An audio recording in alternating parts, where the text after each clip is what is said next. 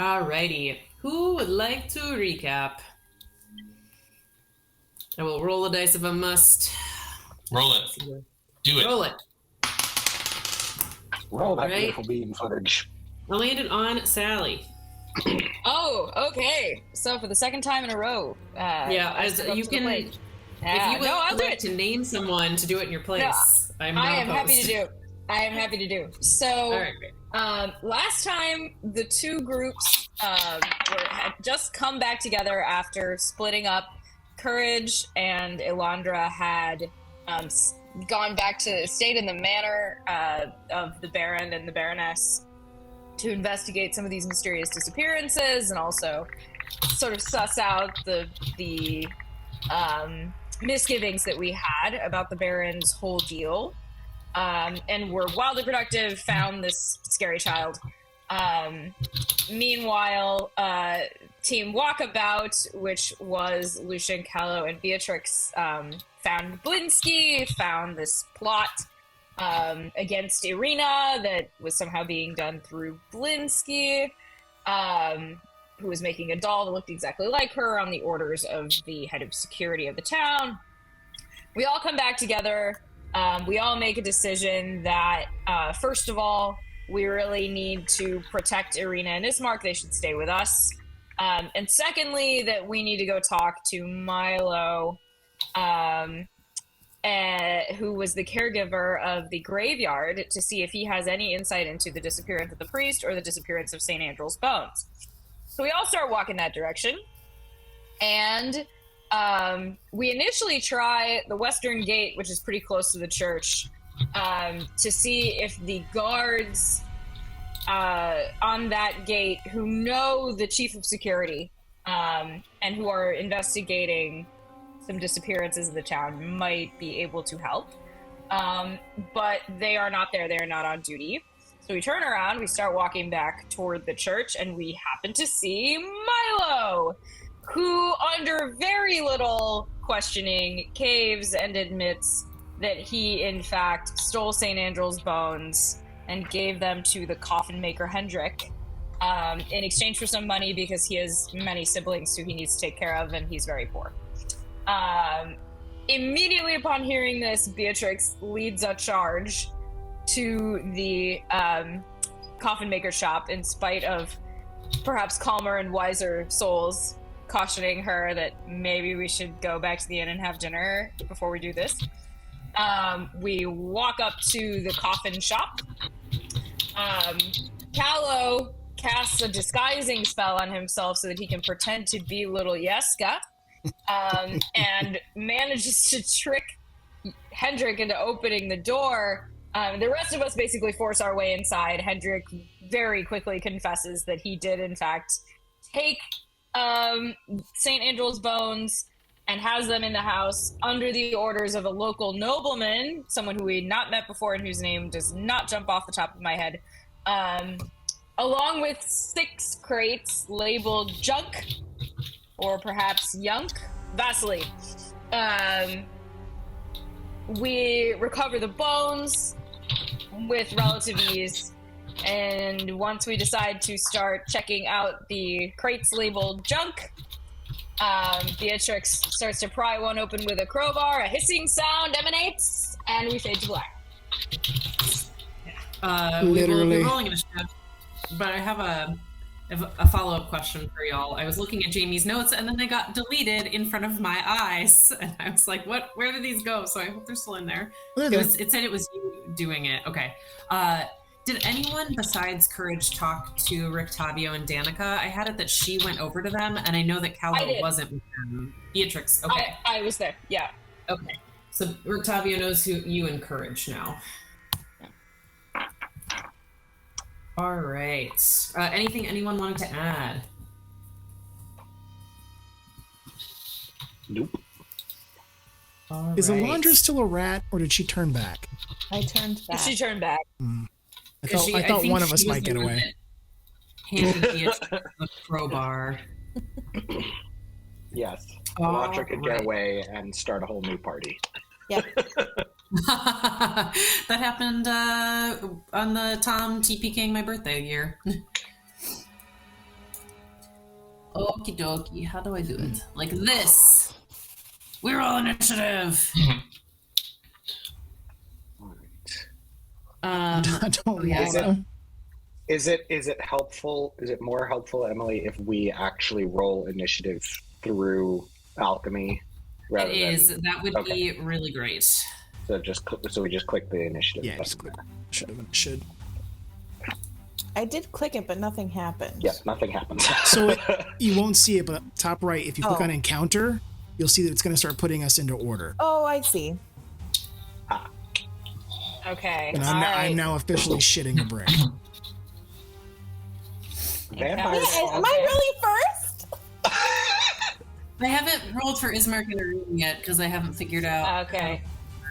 There's only All right. one of us that goes first. All right, I'm about to roll. I'm about to roll physically. Here we go. Whipped up 15 plus. What is my Can you initiative? roll- Plus 0. Do you mind rolling in the app? Oh, sure, I can roll. Yeah, here we Just it's much easier. go. Okay. You can do everything else outside of it, but yeah, much easier if it's in the app. Okay, I rolled. What does it say? Oh, I have to put you guys on the board. It doesn't tell you what you rolled. It just puts you in the order Oh. for some reason. But Oh, I must have rolled shit. yeah, I guess so. I rolled dog shit. Where are you? Oh yeah. Yeah, I think Are your it doesn't show us like what we rolled, and I don't know if you have to roll for Arena and Ismark. I think when you it rolls I think them it automatically. Yeah, I think so. Yeah, I see them. I assume Beatrix's is order. incorrect because it says she's a 2. Like, are her stats not in there correctly? Her stats may not be. Hang on, but I do have initiative as plus 0 on okay. D&D Beyond. All right, think so I'm yes, just it is not- I'm just possible not for that you to dexterous. have rolled a 2. It's not. I'm just not that dexterous. Yeah, that's one of my dumb stats. Okay, I'm gonna just start adding your tokens on there. The only ones that I know for sure. Oh no, this grid is a little off. Hold on, let me fix. Show it. I even put the thing in there. It's not gonna let me fix it. How It looks do I? awfully large.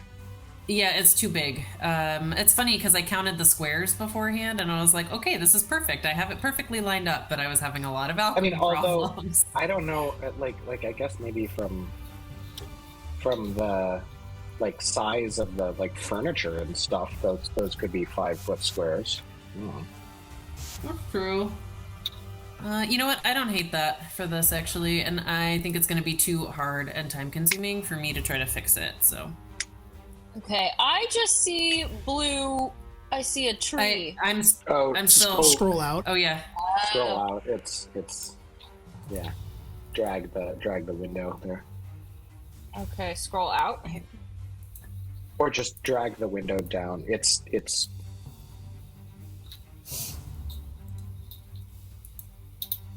I'm scared now. Yeah, you should be. Wasn't scared before. I'm scared Oh no, now. I already have you. Ugh. Did I? Nope. Uh-oh, I might have 2 Callows. Hold on. There we go. All right, does everyone have a token? Yes. I don't see. Oh wait. yes, you. Okay, I see. Yeah, because I see you. Oh, you know what? I don't have. I don't here. see a Henrik token, but I see him in the initiative order. Yeah, adding him now. There he is. Okay. So yeah, Beatrix, which of these did you open? If you just long click, I you can still pin. can't see anything other than blue trees. I'm trying So to turn around and the- it's not doing anything. If you grab the screen and pull and drag it. That's what I'm doing, and it's not moving. Hang on. Are you using just the laptop pad, or do you have a mouse? Laptop pad. If you on Max, like if you pinch zoom or in and out, does it make a difference? Let's see. Callow is here to help. The fake professor Oh, is here to help the real professor. oh, I see what's happening. It's just that your Yeah, sorry. I'm also trying to adjust the scale a little bit.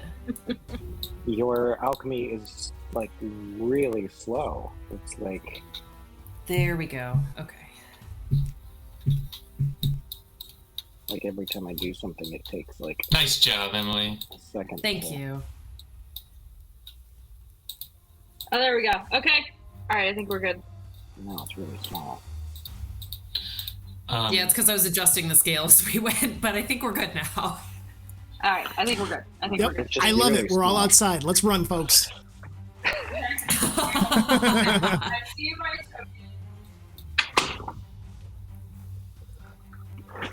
All right, yeah, so once we get Beatrix in place, I think Elandra would be close by her. I would say just put her by the closest box. We can't hear you, Sally. Yeah, I would say you put Yeah, it again. like whichever of these two junk boxes are the closest ones. And my guess is she would have done one of those two. Yep. Yunk.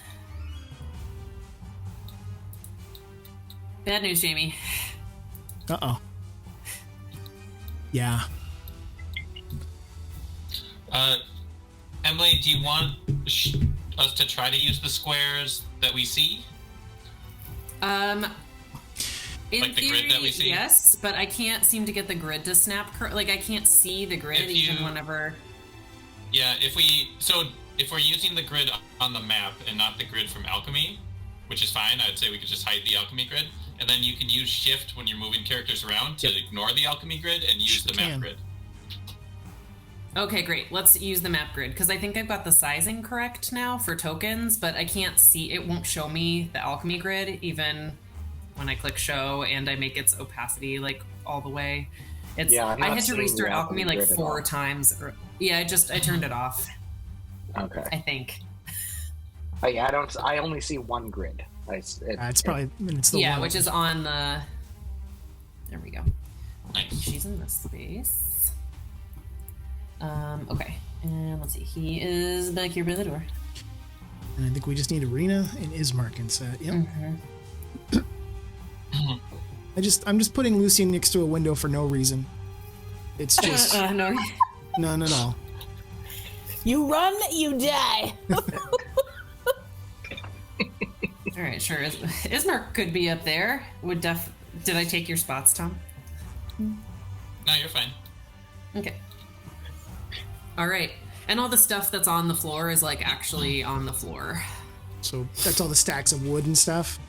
Stacks of wood and yeah, all the crates, like that's actually there. So like stacks of wood would be difficult terrain. The crates are, we're gonna say like 5 feet tall. 5 feet by 5 feet kind of idea. So they're pretty big.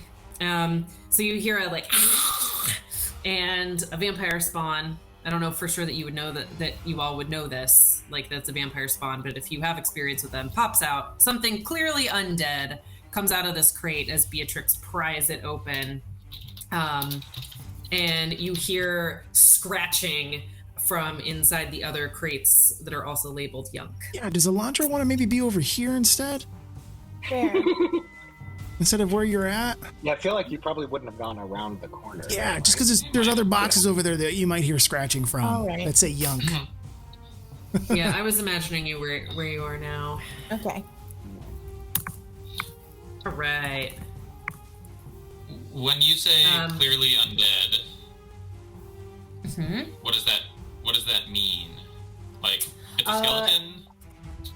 No, it's so it's this being looks still like it still has all of its flesh. And in many ways it's very beautiful, but its skin doesn't look you know how like we have a glow underneath our skin because we have heartbeats and blood and whatnot.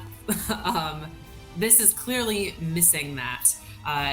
But otherwise it looks like it would be in the peak of human condition, right? Like shiny hair, bright eyes. It's just like its skin is missing that healthy, alive glow.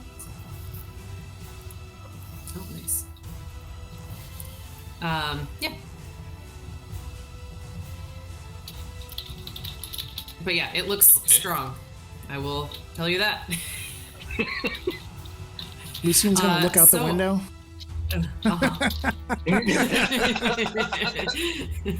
What did I do? I saw you alrighty. making use of that turn the direction of tokens new feature that Alchemy just added. Oh yeah. Alrighty, Elandra, you are up first. Thank God. All right. All right, so I'm immediately going to cast Moonbeam. Okay. Let's see, what does this do? Great question. Silvery beam of pale light shines down in a 5-foot radius. So it should just be that square that she's in, right? Someone, yes? I think it's within a certain distance. I don't know what that means. What So do you mean by that?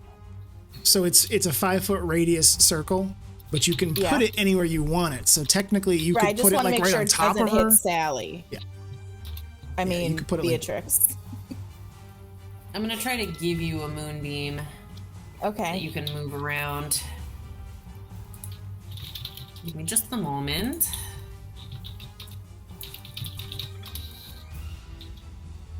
It's gonna be a hand for the time being, but that's let's fine. See.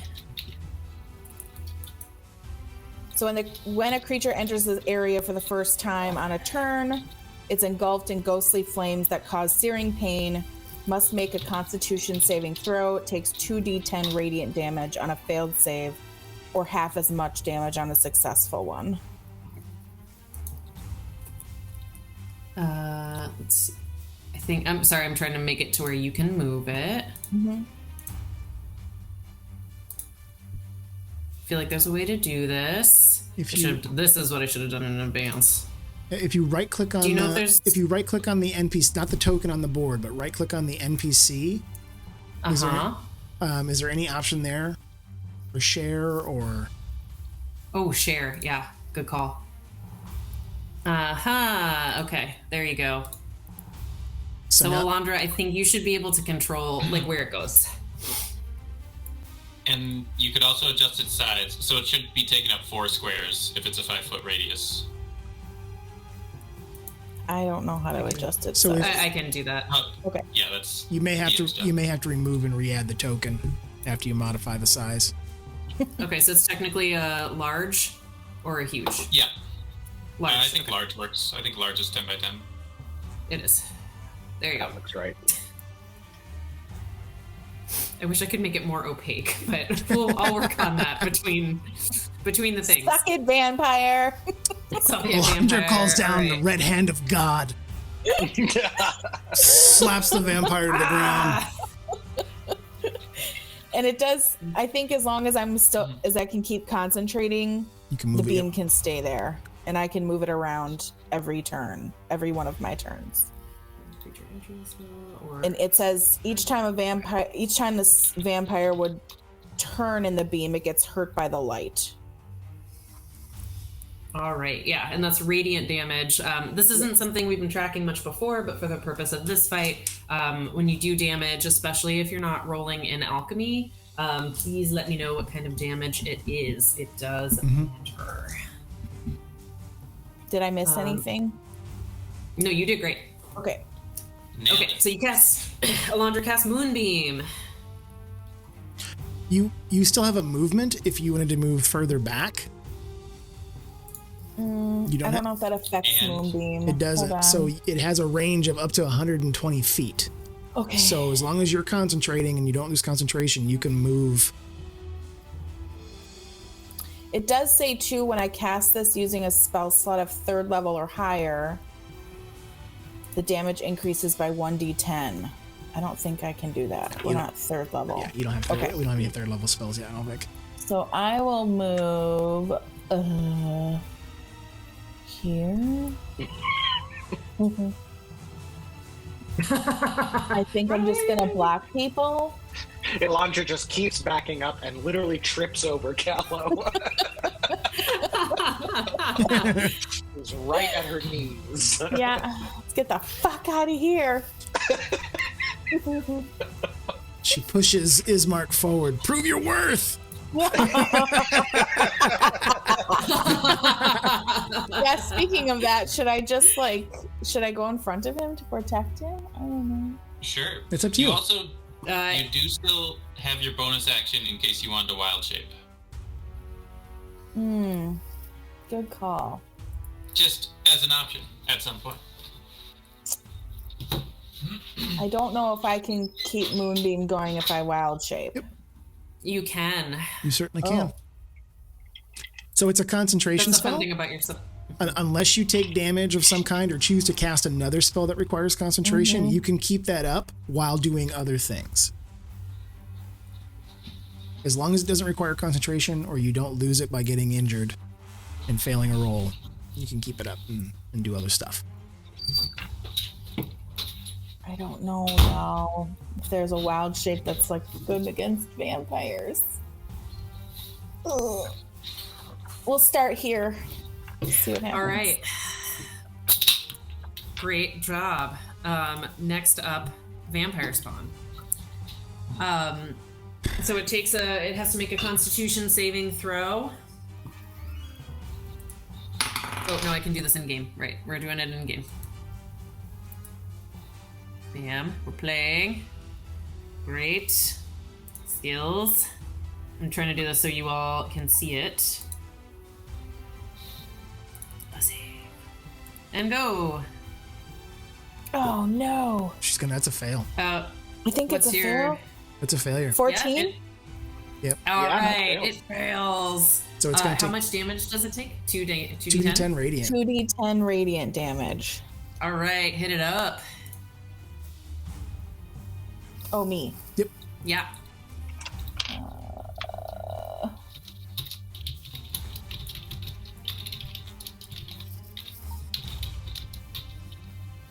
18. 18. All right. It hisses. Again. That's it. Oh God, we're dying. Oh crap! They changed their thing. I don't know how to do this. No, it's not fun. You trying to remove the hit points? Yes, and they I tried to type it in, and it just goes down 1, and then says gain, even though I hit minus. That's fine. I'll just use the slider. All right, 18 hit points down. Was that a hiss of enjoyment? No, it looks very upset about this hissing laughter? situation. Hissing laughter. Is it a sexy hiss? This isn't one of those sparkling vampires, right? This isn't Good question. It's gonna move away from the moonbeam. It does not like it. But then its eyes are locked on Beatrix. And it jumps in and makes a claw attack.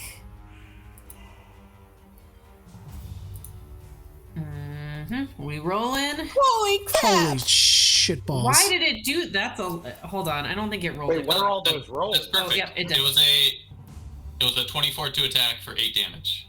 Right? Yep. I assume a 24 hits you, Beatrix? Can't hear you, Sally.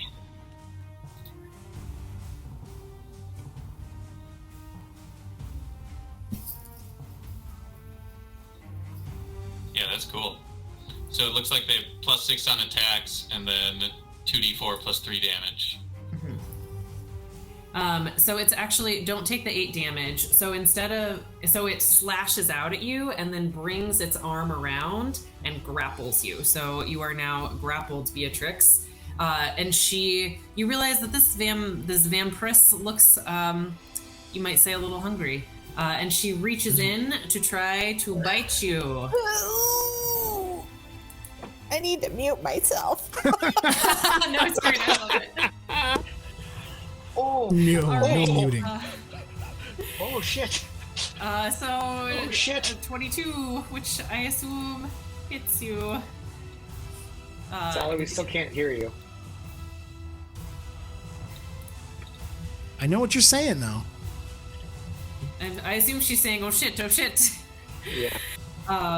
Let's see. Okay, so There you just yeah, so grappled. So yeah, you take 14 points of necrotic damage. Wait, so the claw damage was the claw damage is no damage because she instead decided to grapple with that attack, and then takes a nice big old chunk and suddenly looks much more revitalized. Still can't hear you, Sally. Can you hear me? There we are. Now we can hear you. Now you. Oh, okay, lovely. All right, so 14 damage. Lovely. 14 damage total between the two attacks. Okay. For some reason, my hit points haven't been updated in here. I have 35. Not okay, you can, whatever you it can says. track everything else on D&D Beyond is fine. Right. It's for initiative. Okay. It is just helpful to have it here. Yeah. Okay. 14 damage. Okay. So I'm now down to 21. Shit. All right. Okay. And let's see. Yeah. Okay. And so she still has you grappled and is just drinking her fill. And that was her. Fun. Lucian, you are up next. Callow on deck. The vampiress, is she straight to the right of Beatrix or diagonal down? She's diagonal down. Okay. So she's within melee range of. Oh yeah, I can use shift. You said right. Yep. There you go. It didn't work, but you hold down shift. You typed it. Man. Okay. There we go. Okay. There. She's on that square.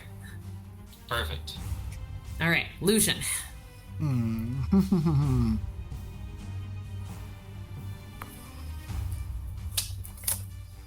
Oh.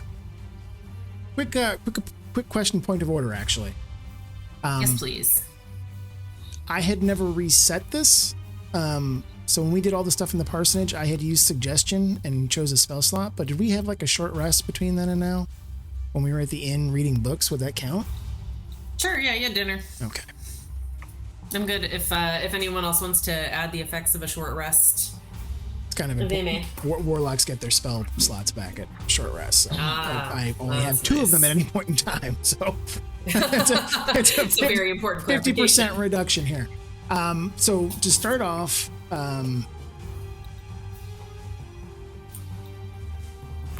recognizing, I would say Lucian would probably recognize that this is some kind of an undead, but at the same time feels a little bit leery of it because the other ones he's seen thus far have not matched his book knowledge. He is going to start off using his bonus action to cast Hex on the vampire Vaughn. All right. And what does that do? So it's going to place a curse on this creature. Until it ends, I deal an extra 1d6 necrotic damage. Necrotic damage, okay. Mm-hmm. We're going to learn some lessons the hard way tonight. Lucian, that is going to learn some lessons the hard way. Yeah, yep. like, no, Jaime. Mm-hmm. Jaime assumes. Mm-hmm. So he's going to cast it as a bonus action. And then Great. he is going to fire off an Eldritch Blast. Eldritch Blast. Which is force damage? Yes, this is magical force damage.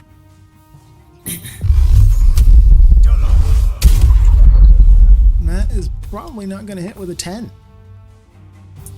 Nope. 10 misses. So Lucian places a curse on this vampire, and you see...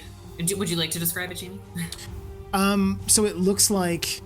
it being a winter Eladrin, it looks like crystalline,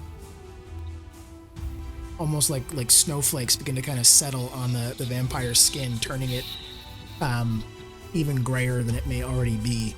And it just there's almost a like frost effect around the vampire a little bit as the hex settles in.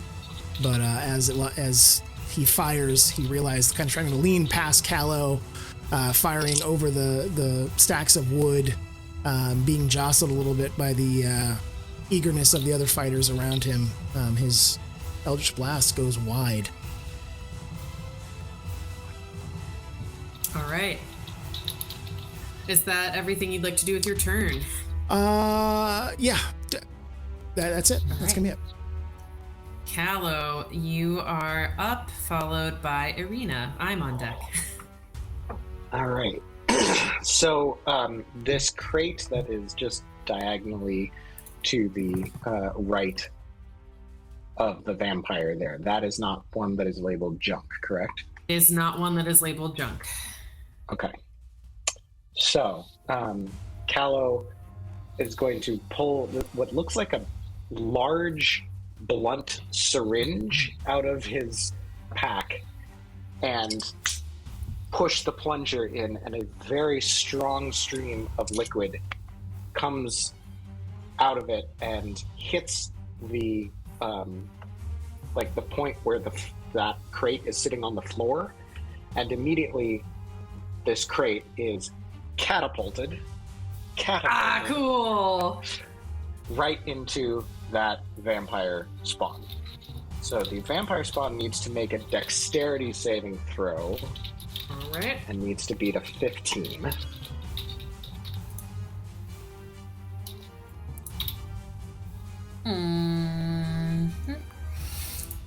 This one and this one. I'm getting better at this, guys.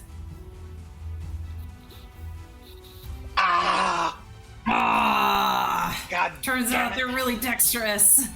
Shit. She sees the crate flying at her head and dodges out of the way, still holding Beatrix in her arm. She's hungry. She does not want her meal disrupted.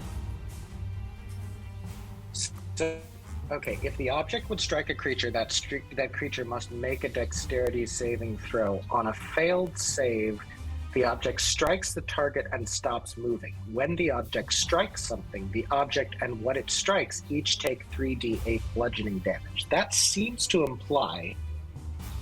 It doesn't make a whole lot of sense, honestly. It doesn't say on a successful save. It takes something. Well, what it says, it's on a failed save, the object strikes the target and stops moving. That's a fail. That's if she failed, but she succeeded. Oh, right. Okay. So on a failed save, the object does not strike. Sorry. Okay. Yes. Yeah. No worries. So I guess. Ooh. This is bad. So it goes in a straight line up to 90 feet in a direction you choose. It says up to... Okay. So unfortunately, I think because the object now keeps moving, because the vampire spawn dodged it, Beatrix needs to make a dex save. She's, I'm grappled, though. Yeah, I feel like she went with the vampire. Oh, she went. Yeah. Right. Okay, that would make sense. All right. Never mind. Never mind that. But I like how you're thinking. Okay, so the crate the crate will continue 90 feet in that diagonal direction. All right, and we'll say it crashes into the other crates. Okay, so I see that there is one labeled junk that's kind of over there. Uh-huh. So when it strikes something, the things that get struck and the crate itself takes 8 damage. Uh-huh. So yeah, do you go want ahead me to roll 3d8? I do want you to roll that 3d8. Fuck, this really messes up my system. No, it's alright. I knew this was a possibility. I mean, I think that entirely you could have some kind of percentile chance on whether it hits that other box, since it's not. Well, and also, I don't know what the hit points of the boxes are. You could blow out that window. So. Yeah. Well, so like, what time of day is it exactly? How do I draw a line? Because essentially, if it would like based on where the crate was, and if I was aiming at the vampire spawn, it seems like it would just go perfectly diagonally. Like, can you see what I'm drawing? If you right click, cannot. If you right click on the map, you can draw a line. Ah, there we go. Okay. Yeah, so it would go perfectly diagonally, and it would definitely hit that box that says junk that's got like what looks like a net over it. Oh no, it would go Not this way. not the one up to the wall, but that one there. Yeah, that second. No, I thought it would go more like right in front of that, not there. There's a chance. Connor, roll a d6 on a 1 through 3. It hits it. On a 4 through 6, it misses. Oh, that's a 2. All right. Go ahead and roll the damage. All right, so 3d8 damage. How do I do that? I don't have enough d8 sitting in front of me. Just roll 3 times. Roll multiple times and add it up. I know, but it's fun to do it. Here we go. I agree with you. Ooh, that's an 8. That's a 5. And another 5. So 18 points of damage. To both crits. It has, so the fun fact, the crate has 18 hit points. Shit. Oh, shit. Okay. Oh, my. I'm very confused about how this happened. Well, he threw a crate and the vampire dodged and hit a different crate that has a vampire. See, if it had hit the vampire, it would have stopped. It wouldn't have kept going. But because the vampire dodged, it kept going. We saw something so good come out of a crate, we decided to open and toss around a few more. Yeah, exactly. I might throw up now. Thanks for the help. Oh, God. All right. Sure love right. being grappled. That's super fun. Love being eaten. At least you didn't have to make a dex save or take 18 points of damage from the crate. Oh, are you taking credit for that? I see. I love the idea. It was really fun. You said the environment. Is it hitting the crate that is in the moonbeam? So do you see where the new vampire spawn just popped out? Oh, fuck. No, it's way over there. It's because I wanted to hit this crate that was directly sort of. Anyway, we're screwed. That's that. Okay. So at the very least, that crate is no longer there. So that's an empty square. It sure is. It sure is. I don't feel like I have a good way to mark those. No, so it's fine. We'll try to remember as a group. Yeah. Mm-hmm. Okay. Yeah. Callow sort of looks at what has happened and. Well, that was an interesting test of that serum. Never done that before. Friend Callow, might I suggest we stop breaking the crates?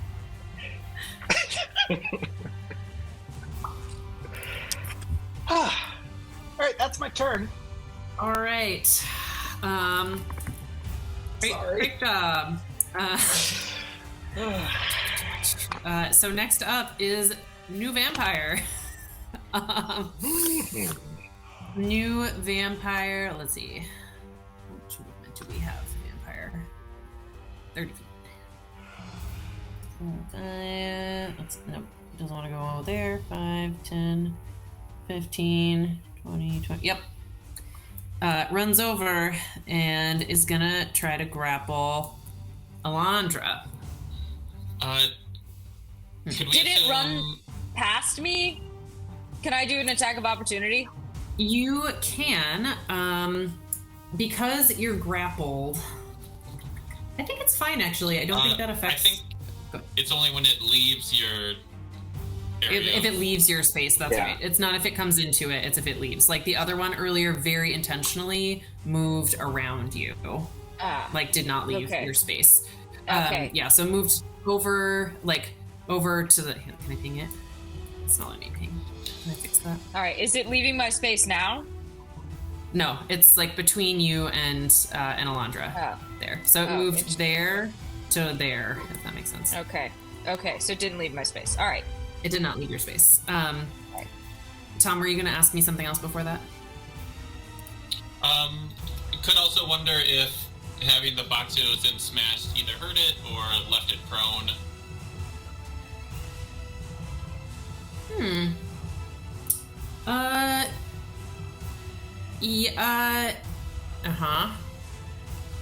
Actually, Connor, will you roll a D100? Can you roll a D100 for me? D100, yes. I'm not going to tell you what happens if but I have a thing in mind. It'd be really cool. But 93. Oh, you're close.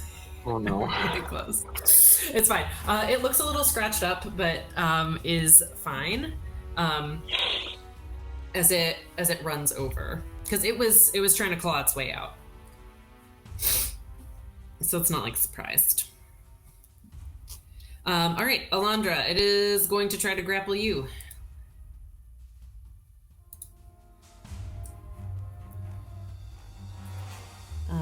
So does an 18 hit you? Yeah, okay. You are grappled. You do not take that 9 damage, though. And now... do they do grapple different than most things? Yes. Okay. It's you do the claw attack, and if you... but you can decide to not do damage and instead grapple the target. Cool. Okay. And now tries to bite. Good question. God, so many numbers. All right. Does a 15 hit you, Elandra? Oh no, I can't hear you. Can't hear you, Jeanette. Okay, can you hear me now? Yes. Yeah. So, if I'm armor class 13 with +2 in initiative, does that mean no? Yeah, AC is 13. Okay, so yes then. Okay, so you take 14 damage. Okie dokie.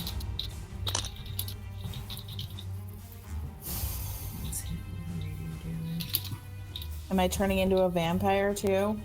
We'll find out. Hold on, I need to make a note so I don't forget. I hate everything right now.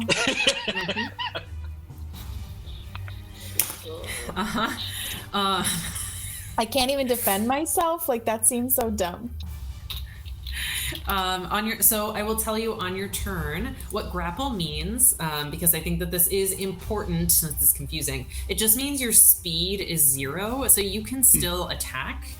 And at the end of your turn, you can try. I think it's at any point. You can try to do a grapple check against it to see if you can escape. And you can either use athletics or acrobatics for that, and it's a DC 13 in this case. So, yeah, that's right. That might actually be the action. I think that's your action to try to get ungrappled. Does that sound right? Other DMs that know rules better than me? Okay. Yeah, so you can either use your action to do that, which could still mean use your bonus action for things, etc. Okie dokie. The vampires are feeding. Nom, nom, nom, nom, nom. All right, Irina is up. Irina doesn't like the looks of things, and you see her pull out a heavy crossbow. And she is going to fire it. She's got a better shot on the one attacking Beatrix. She's going to fire at that one, which is Vampire 1. Hits for 13, misses. Oh, I'm a little out of practice, I think. And the arrow sort of goes wide. And I think that's all she can do this. Sorry, point of order. Sure. I believe Elandra needs to make a check on her concentration because she took damage. Oh, yep, you're right. Thank you for reminding me. Moonbeam. So Jeanette, make a Constitution saving throw. I'm so bad at remembering those. Someone remind me how to do that. So if you're looking at your sheet in D&D Beyond, the left-hand side, there's going to be a little, so underneath where you have like all your stats, that first block will have saving throws. Oh, I probably failed. And if you click on Constitution there, it should roll it. Yeah. 7. I think that succeeds though, right? Oh, half the damage or 10, whichever is... Or I think 10 is the minimum, though, that you have to make, isn't it? Yeah. All right, so unfortunately, I'm sorry, Jeanette, Moonbeam drops. Oh, no, it's not. Okay. Okay. All right, that was Irina's turn. Now it's Henrik's turn, and he is gonna yeet just right on out. Nice. Yeah, so he goes, you hear him running down the stairs, screaming for his life. And I think we can move him down there. Oh, this is the series of turns that are Emily's turns. All right, it's Ismark's turn. Ismark moves. Nope, that's not what I wanted. It's being stupid.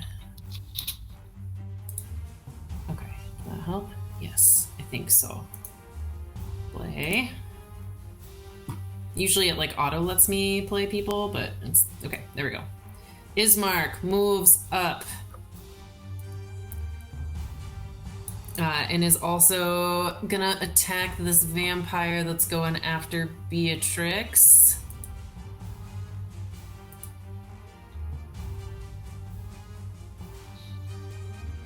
Okay, 15 just hits. So Yes! Yeah. So this one takes 7 points of damage on the first attack. I can remember how to do that. There's gotta be a better way.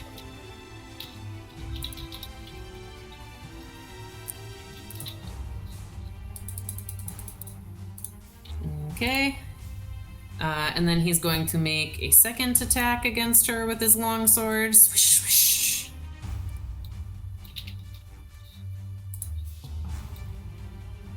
Bam.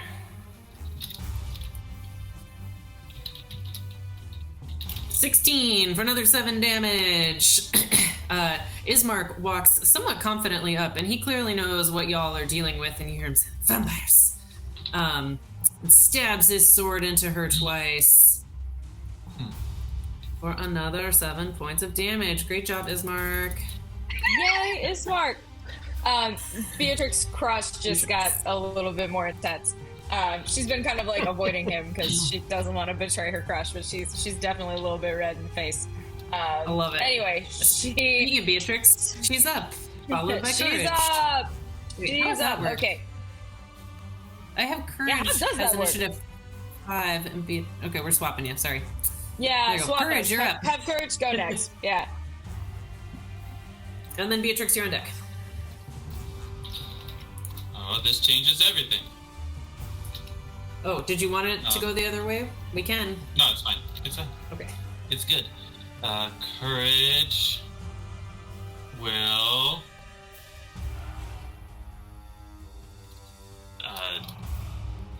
upset that Heinrich left. Okay. Will how high are these stacks of boards on, say, the left and right of Callow? We'll say they're like up to your knees, approximately. Okay.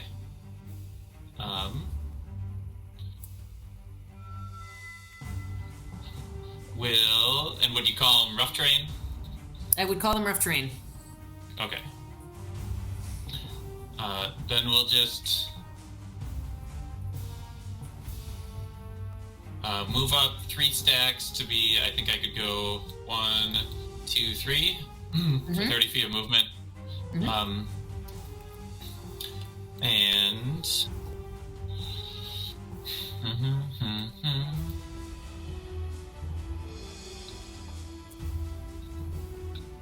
what's most important?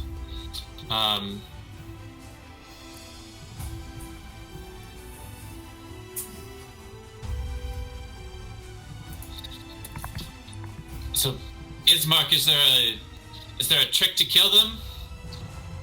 She will ask, and as she does, she will cast Bless.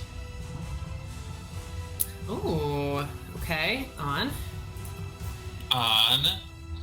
Beatrix and Elandra. And on looking back at Lucian and Callow. Actually, no, she'll on Ismark. All right. Remind us, we add a D4 for bless on yes, attacks? to attacks and saves. Saves, great. As they feel even while being grappled and bitten, a pleasantness of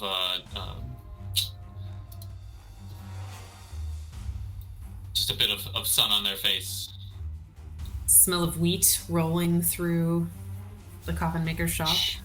Sure. Ismark yells back, they do not like sunlight or water. All right. Okay.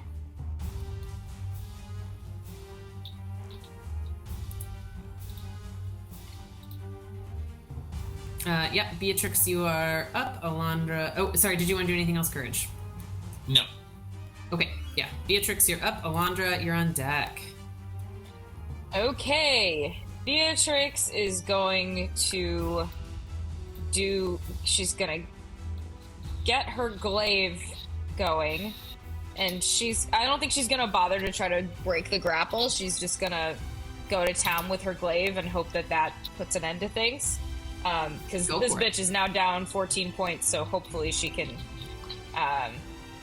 end this.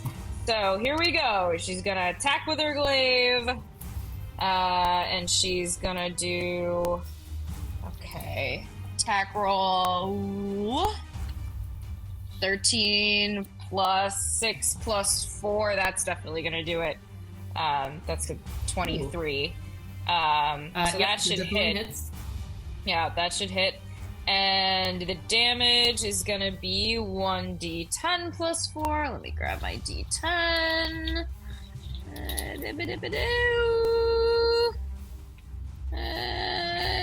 Whoo! That's gonna be Well, I don't think you don't add the plus 4 to the damage. Yeah. No, I know. Oh. It's hang on. Well, no, it says damage 1d10 plus 4 for the glaive. Oh! I thought you were adding your D4. Sorry, I thought you were. No. I thought the D4 was from Bless. Ignore. No, me. it is. Ignore me. It's from Bless.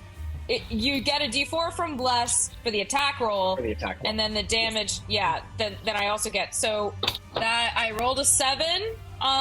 So that's going to be 11 points of damage from that. Right, and that's slashing damage, I believe. That is slashing damage. Right. And then with my bonus action, how's she looking? So as you slice, you sort of you had your glaive in your hand and you sort of slice back at her, and you slice her, but it just, it doesn't look as effective as you might have thought. Interesting. Okay. It's like she doesn't care about her form being hurt. Oh shit. Alright. By saying non-magical attacks, for example. Oh dear. Oh dear, oh dear, oh dear. Okay.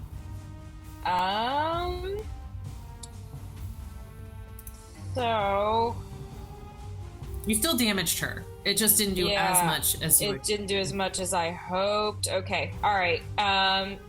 So I will try. I'll follow through with my bonus action to do the polearm mat, and this one's gonna be bludgeoning. All Here I right. go. Whatever up. Oh, that's gonna be 16. 16 just hits. Okay. And that is then gonna be a D4 plus 4. Here we go. Oh! Okay, 4 plus 4, 8. 8. All right. And you sort of catch her under the chin, and it's like she's taking the damage. It's just Yeah.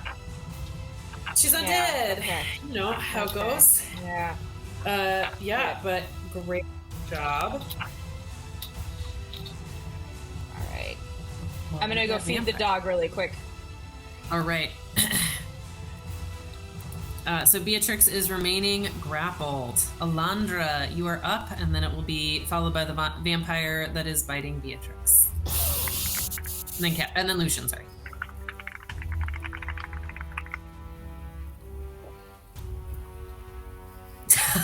Look at that face. So you did hear Ismark mention running water and sunlight. All right, so... In case those matter. Can't do anything with sunlight. Are the vampires have anything on them that looks metal, like a metal choker collar or metal armor or anything like that? Metal belt buckles? I like the choker collar idea. Yeah, I'll say the one biting Elandra has a metal choker collar, but no real armor. Is that right? Yeah, natural armor.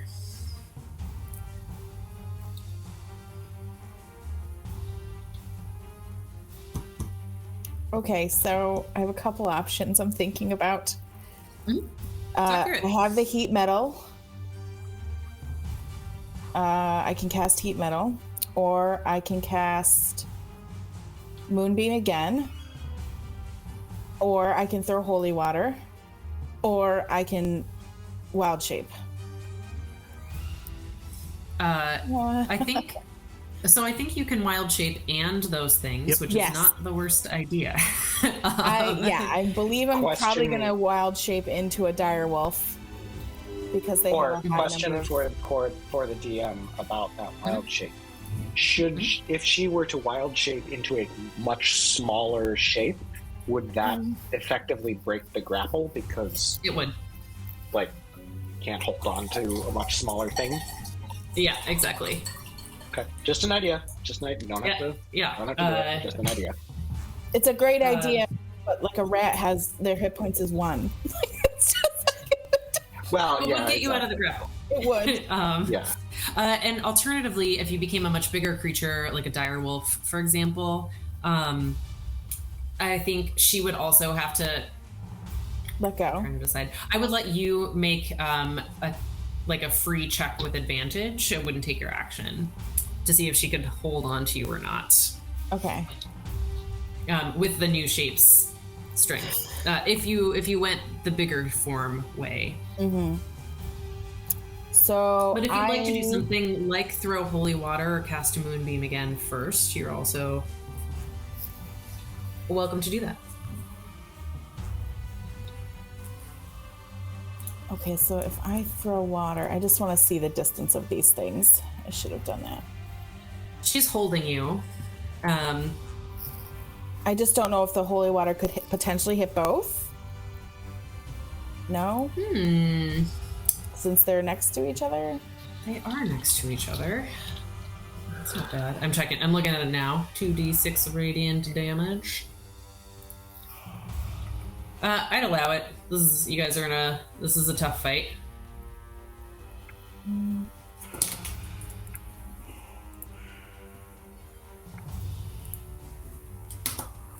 All right, let's try that. So action, you can splash the contents of a flask onto a creature within 5 feet or throw it up to 20 feet. So maybe not. I don't know if I can hit both. I'm okay with saying you basically throw it at their feet since they are next to each other and that they can both take splash damage. I will go ahead and because they ask for you to make a ranged spell attack either way, even if you're just putting it directly on them. I'll go ahead and have you do that. It does say 2d6 radiant damage, not splash. Is that okay? Oh, yes, sorry. Yes, I'm just it splashes onto both of them because that's how it works. Got it. Yeah, go ahead and make a ranged attack at advantage.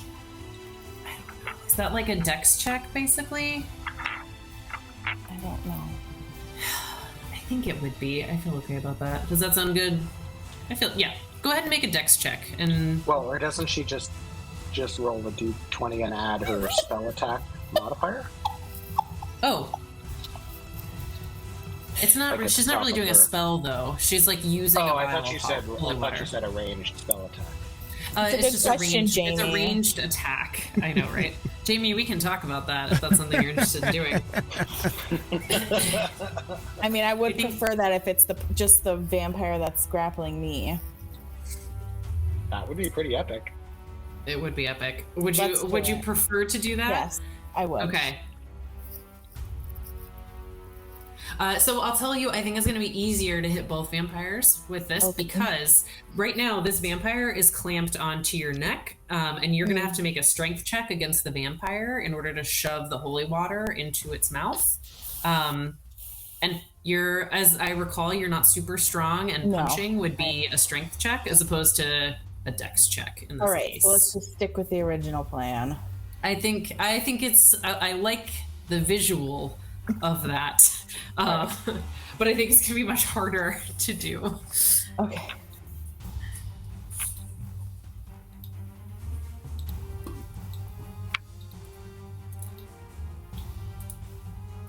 So it's 2d6. Make your ranged attack first at advantage. So just 2 dex checks. 2. So not saves. You're gonna click like your dex modifier button. What does it look like in D&D? You click your dex number in D&D Beyond. Like right under your character name at the top. Got it.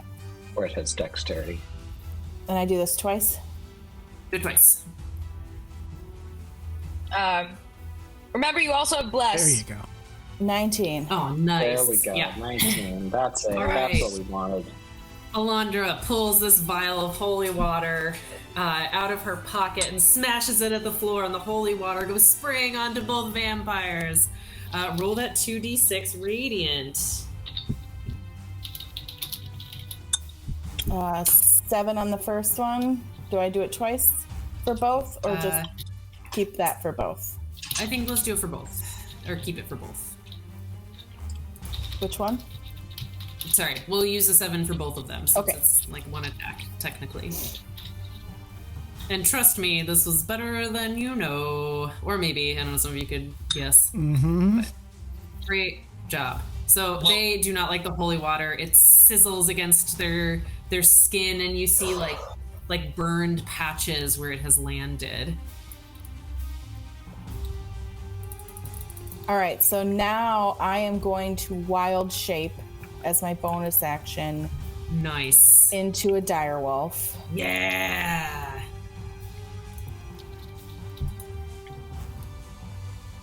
Let's see how I can do this again. I don't know. Keep track of this separately, right? I think I can actually give you a dire wolf in game. Okay. I can. Let's add it.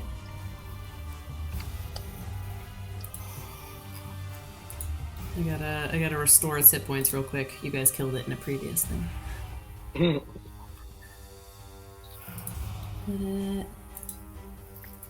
Not that. Hold on. That's not the best way to do it. View. Nope. Oh goodness, he's got blood. He's got blood on his face. I don't know, you guys. Should I even do this? Mm-hmm. Yeah, you can get out of the grapple that Plus, way. it's gonna that'll give you like, if you take any damage in your direwolf form, it doesn't translate immediately to your druid form. You'll lose those hit points first, so you're buffing yourself. It's a good move. It is. I'm just checking that that's correct. Okay. Gonna share it with you so you can control it. There we go. But now you actually have to be able to see it. Let's move. I'm gonna move myself off the board here. Yeah, that sounds good.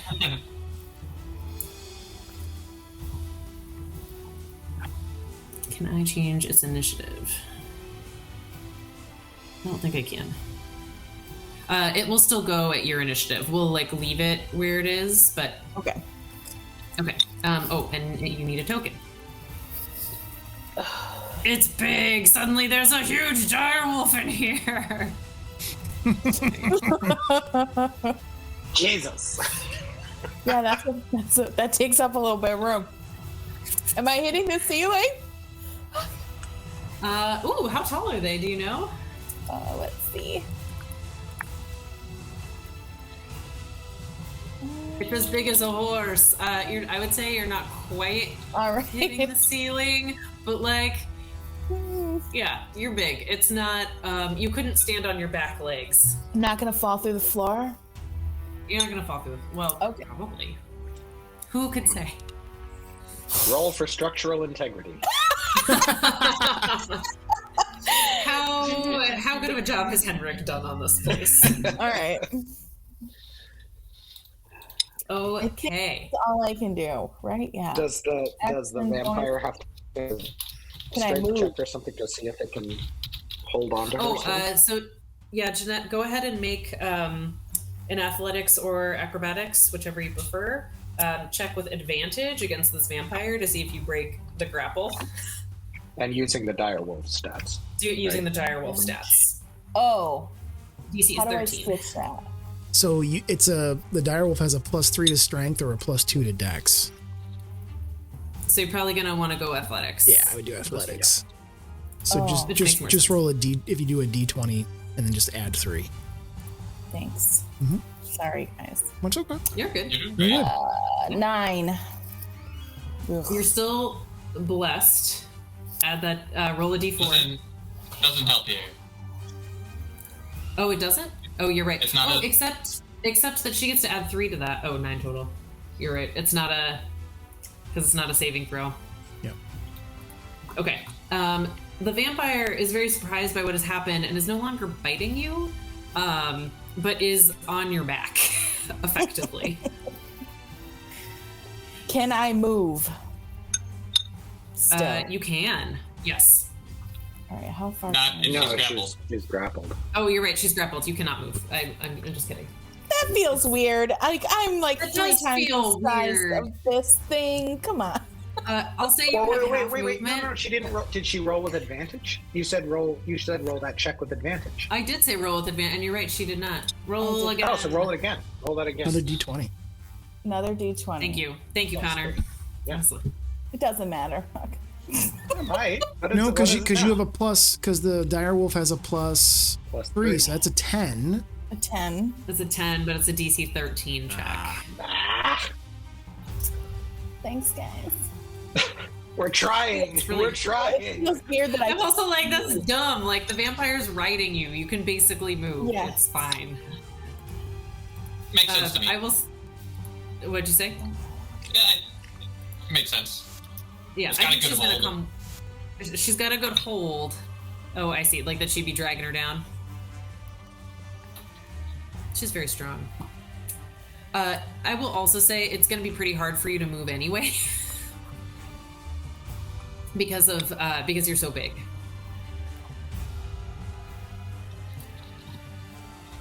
All right. Yeah, that's your turn. Next up is Vampire 1. Lucian, you're on deck. Vampire 1 still looks like it's smarting from both the moonbeam earlier as well as this holy water. And just it's like, man, I'm still really hungry. I need to regenerate myself more. So it's gonna go ahead and keep trying to drink. I think it's gonna. I don't have to re-grapple, right? No, I wouldn't think. You already have something Okay. grappled now. All right, she is gonna bite you again. God, that's a lot of numbers. Fucking crit. Oh, fuck. Oh, Wait, is that damage already doubled from the crit, or does it? I think That- it's that- already. already- from- That's already doubled. Oh, Yep. okay, yeah. I was like, I know what they're rolling is too many things. Okay. I was like, Uh-huh. that can't be 40. It No, can't be it- 46 damage. It just doubles all the dice, so that doesn't Well, double the damage. I'm still fucking down, guys. Well, yeah, but if it had been 46 damage, it could have been Auto that death. could have been an Auto- No, auto- no, auto- I'm out though. Like I had Nine. 21 hit points left. Right, but you're not. But now you still have death. I'm saving throws unconscious. remaining. Yeah. Yes, I have saving throws. Yes. 46 damage would have been insta kill. No death. Yeah. saving Insta-kill. throws. No. Okay. The vampire looks up and is like, and looks like very happy, full. And at that point is gonna try to run up this wall. Ismark gets to make an attack of opportunity as it tries to spider climb up the wall. So he's gonna do that with his longsword.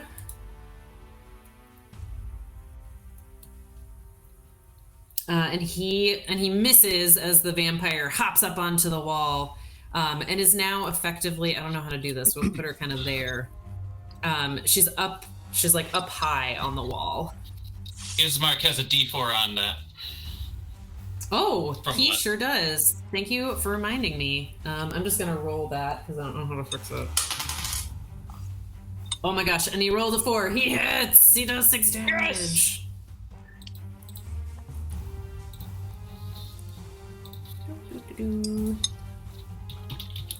The sword doesn't seem to do as much damage as he would expect, but still. Oh my god. Okay. That's a vampire's turn. Lucian, Callow, you're on deck. Okay. So, Lucian watches as his friends have attacked, and he, based on your commentary, would have noticed that, like, Beatrix's glaive, even though it hit, didn't do as much damage. Ismark's sword hit, but did not do as much damage, and he's going to call out...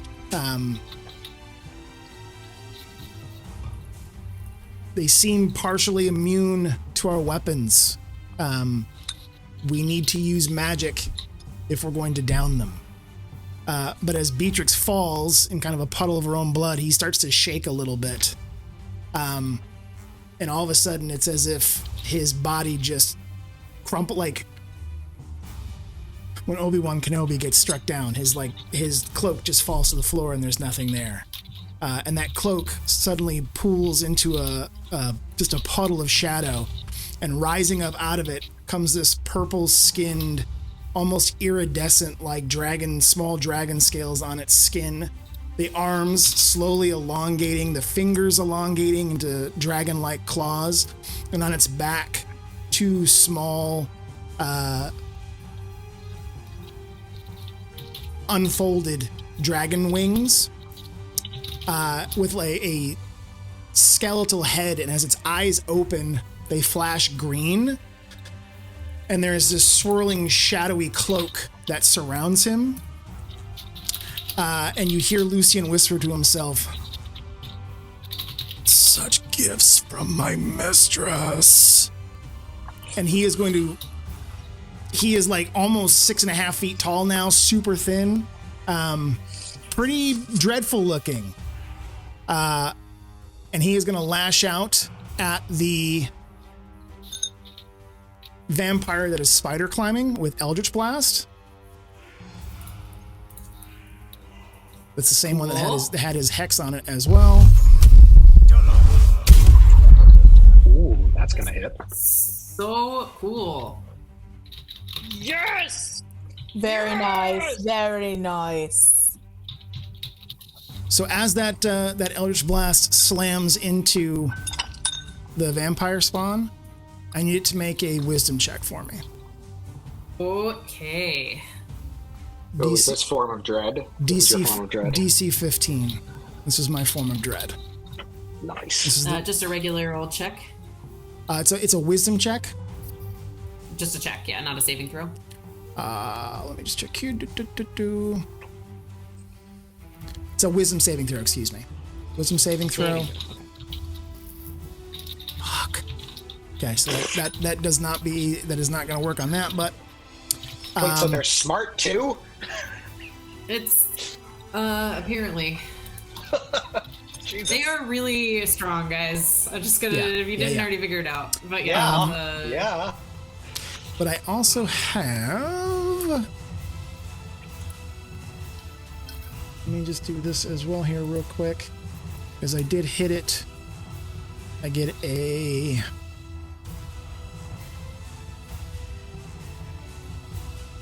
So that's 4 on the hex. But that's 4 necrotic damage, so... Necrotic damage? Okay. And then, can you remind me how much Eldritch Blast damage? It's like force damage, right? Yeah. Yeah, 13, okay. And that was 13 force. 13. Thank you. Yeah, and that looks like it was very effective.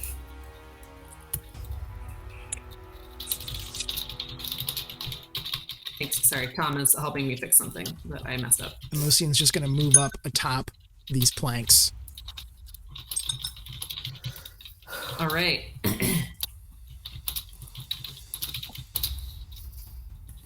Alrighty, great turn, Lucian. Oh, did you? I think I have your Form of Dread loaded in here. Yeah, I'll show it to everybody. Yeah. Oh, you did it already. Amazing. Nice. So cool. There we go. Share with everybody. Now it's in your handouts in case you ever want to be refreshed. Cool. Whoops. Okay, great turn, Lucian. Everyone's doing great. Except I'm messing with this map unintentionally. And I grabbed I created a tracker for myself, but Form of Dread gives me 10 hit points plus my Warlock level, so I've got 14 temp right. Fantastic. Okay, let's see.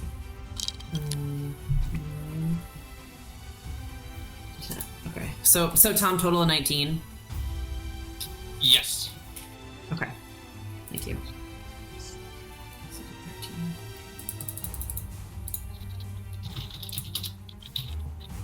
Oh no, I did 6. 6. That's 7. All right. Now that I've got things adjusted correctly, because someone has better reading comprehension than me, this vampire's starting to look hurt. This one that's spider climbing.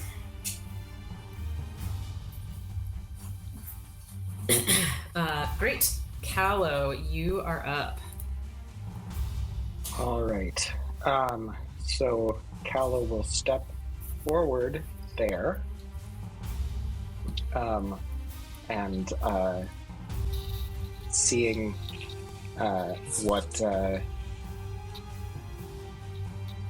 seeing Beatrix fall in this bloody pool, he will take a small sort of greenish capsule that doesn't have like a cork or anything in it. It's just sort of this perfectly round little bauble that almost looks like glass, but it's not actually made of glass. It's almost like it's just a condensed form of some sort of essence that is somehow contained in a magical container that is of sort of non-physical form. And he holds it up to his face and whispers something at it, and immediately as soon as he whispers something at that, the green stuff inside just erupts out of that tiny little bauble that it has been in and goes swarming right into Beatrix and goes right like into her nose, into her mouth, and that is healing word. So that's 1d4 plus 5. So that is 7 hit points to Beatrix. Nice. And that was a bonus action. So then as my... Now, if I use that as an action,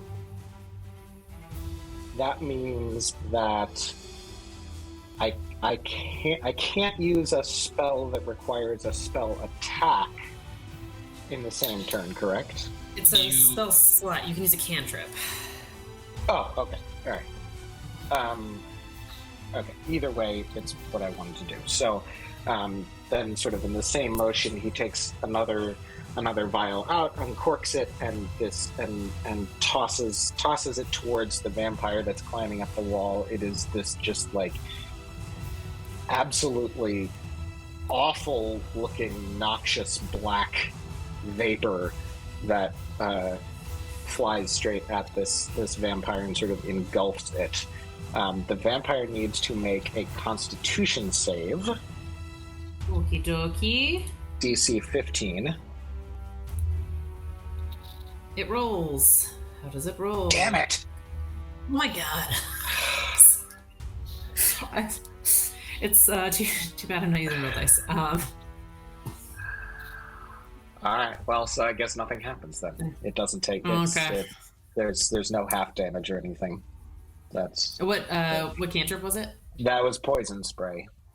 Poison spray, alright. Yeah, it dodges on the wall as it's skittering up the side. Alright. Alrighty. Great job, Callow. The other vampire is up. It is currently riding Elandra, effectively. It is going to make a claw attack against Elandra. It is very confused by this situation, I will say. Does that mean it gets disadvantage? Great question. It is a great question, but does not get disadvantage as it tries to claw you in frustration. Does an 18 hit your wolf form? Yeah, armor class is 14. Oh, okay. Yeah, you take 8 points of slashing damage. I gotta keep track of this somewhere else. 30. You said 8, right? Yeah, 8. Mm-hmm. Okay. And then this one will also... Let's see, 10. Is also going to climb up the wall, so you've got them on either side. Does that mean it's let her go? Yes, it is let you go. Okay. All right. So it is up on the wall. What this means is that unless you have a reach weapon or you're using magic, it'll be an attack at disadvantage because you'll effectively be like, ugh, ugh. Except Elandra as a wolf because you're real tall, so you're fine. I'm biting that bitch off the wall. Yes! I can't wait. If I get there. Okay, that was the vampire's turn. Now it's Irina's turn. Irina is going to fire her crossbow again. She will fire it. She's going to stay focused on the one that was attacking Beatrix. So firing at Vampire 1. Oh, nice.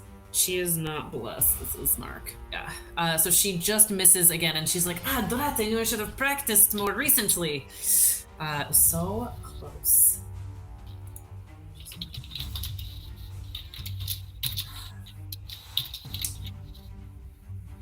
Yeah, I think it's just one.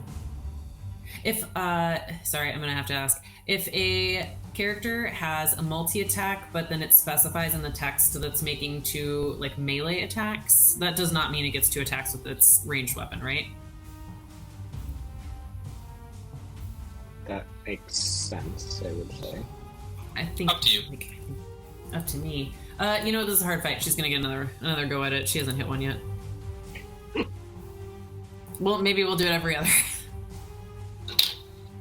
Whoops. Misses again. It didn't matter. All right. I swear, Irina's really capable, guys. Okay. Ismark is also like, Drat, they're getting away. If anyone can do anything with more holy water, that is very effective. And he will also pull out his crossbow.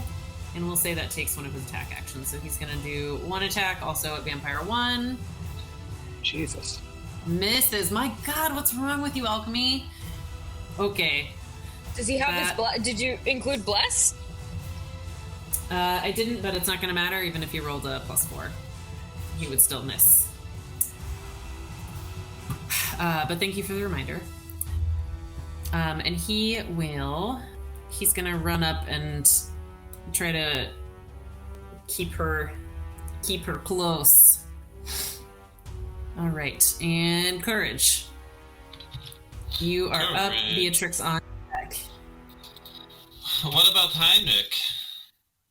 Heinrich is. You hear Heinrich skittering around downstairs. Oh, really? In fact, you hear the sound of the door opening and shutting. Whoops. The front door. The front door.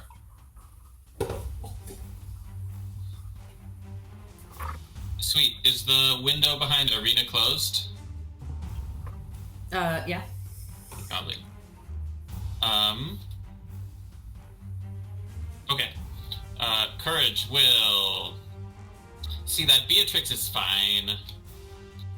That's great. Besides the two on the walls, how loud is the scratching towards the back of the room?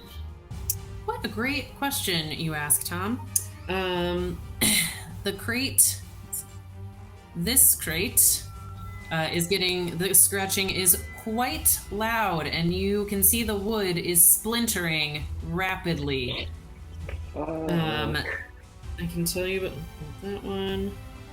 This one seems to be like you hear scratching, but it's not particularly loud. This one has also clearly made some progress on their crate. It doesn't look imminent, but it looks like it might be soon. And this one is also slow on progress. Okay. So helpful. Courage will, I believe I could move 5, 10 through Callow, 15 up to here, 20, 25, and up next to Beatrix, and like kneel down as if to help her up for flavor. Says, all right, see if Shantae has any sway here, and we'll hold her shield above her, and calling upon Shantae's power, the rose starts to glow, and a pink light bathes the entire room as they turn undead. With a. See, I think there's a sound, but it's not like a shout. It's more like a hum. So, any undead that can hear within 30 feet must make a wisdom saving throw. Okay.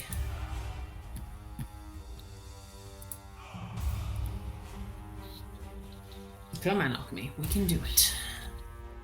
No, Alchemy. Don't help her do it. I mean, it's just being slow.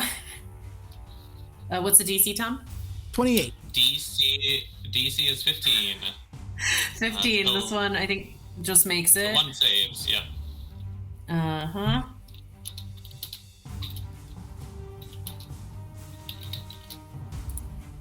I don't know why it's rolling so damn well for these vampires. Jesus! Oh my god! I'm glad I made the rules so you guys could see him at least. Yeah. That's cool. So Tom, how do you think... I think they can hear you in the crates. I would say any other undead in crates that we cannot see should also make those saves. I agree. Okay. And you can make those. I'm just gonna. I'm gonna roll a dice. So first one, I rolled a 4, so I was like, I'm rolling like shit today. Alchemy is not. So that's a 7 total. So it fails. That's Vampire 2. This. All right. Vampire 3 also fails with a 9.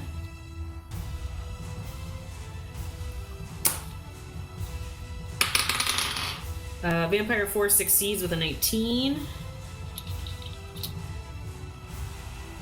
And Vampire 6, there's 6 crates, not a surprise, guys. Hopefully not. 14, and it was DC 15, right? Yep. Oh. So I would suggest within those 4 boxes, those vampires hear that hum and are scared from the source. On their turns, they will try to move as far away as they can. And if there's nowhere to move, the creature will just use its dodge action as it cowers. Okay. So things quiet down a bit. Vampire 4 seems extra enraged by this noise. But the others that are still in the crates... The crate that was, like, very... like, where we could see the wood splintering, which one was that? This. It's this one, if I can get it to ping. Hold on. That one. And is that one... did that one save, or...? That one did save. Ooh. Cool.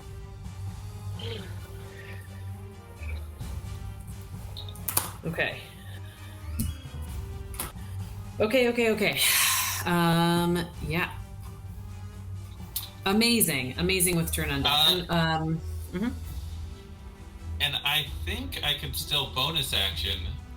Yeah, I don't see why not.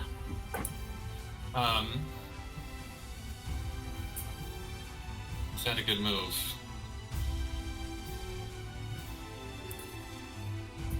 No, we'll leave it there. Do you yell anything to your companions about the effects of turn undead and what they should or should not potentially do? I don't think so, because... Hold on, let me double check. Turn undead.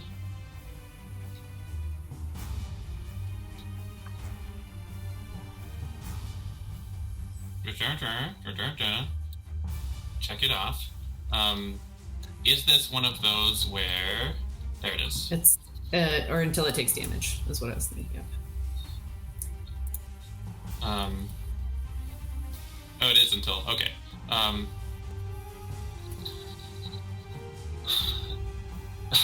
Yeah, so looking at the 2 on the walls, we'll say that if it... yeah, if they're... Shantae has probably turned some of them. Don't strike if they're not aggressive. And the 2 on the walls probably hiss. Yeah. Okay, maybe those 2. And you see the splintering wood of that back crate. Actually, that worked out really well, save-wise. Okay. So cool. Turn undead. We love it. Oh, you wanted to use your bonus action. Did you do that? No. We'll not do it. Okay.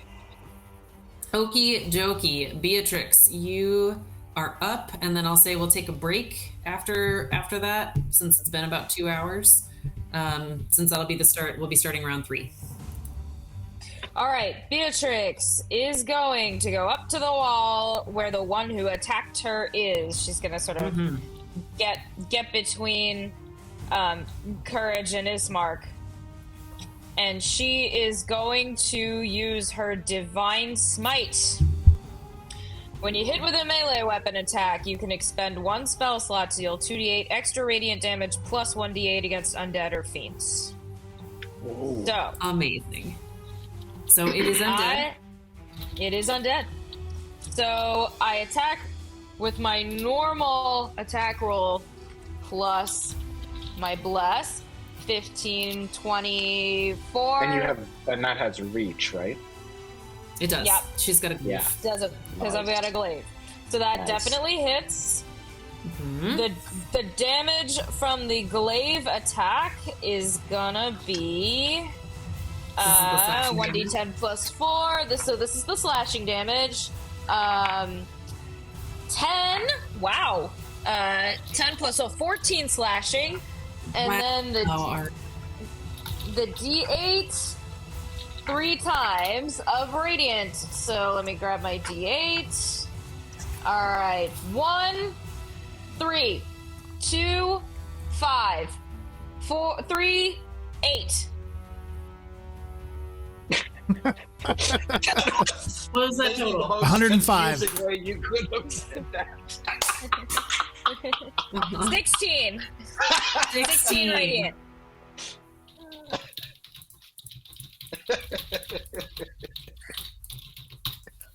One, 3, 2, 5. I was like, I'm writing other notes. I hope someone's counting. 87. I thought it was a locker combination. I had no idea what was happening. I love it. So good. Amazing. All the way to the right, and then all the way back, passing the. God damn it. All right, so 14 slashing, 16 radiant. That's amazing. All right. Excellent. Yeah, that was fantastic. So this vampire is looking pretty hurt. And it fixes its eyes on you in anger. Okay. But I believe you still have things you can do if you'd like. I do still have things I can do. That burned a spell slot, so I'm gonna mark that. All right. I still have bonus action. Holy water. Oh. Well, but I don't know.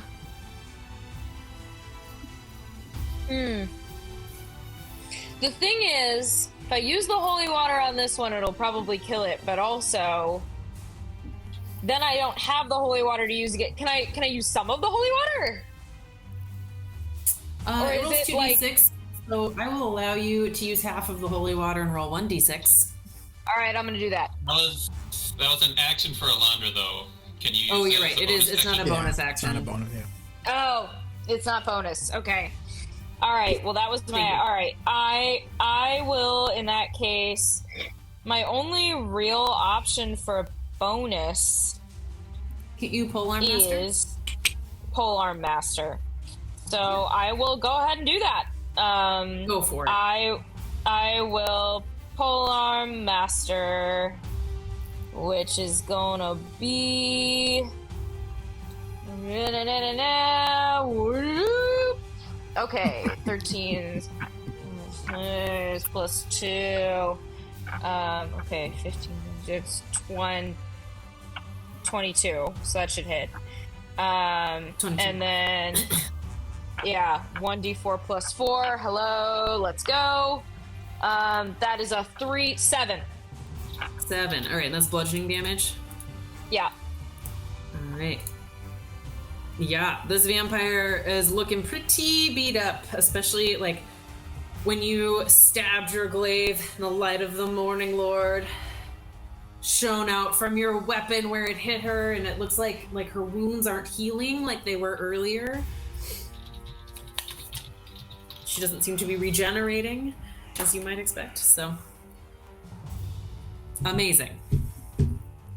And at the end of this round, the splintering gets very loud and another vampire appears, and that's where we'll take our break. Cool. It doesn't get a turn this round, though. We're still alive. Thus far. Yes, after 12 seconds, we are still. Yeah. It's. Let's take 10. Sounds good. That feels good, yeah, so we can eat. All right, sounds good. See you guys. The soft spots. Yep, all the soft spots, yeah.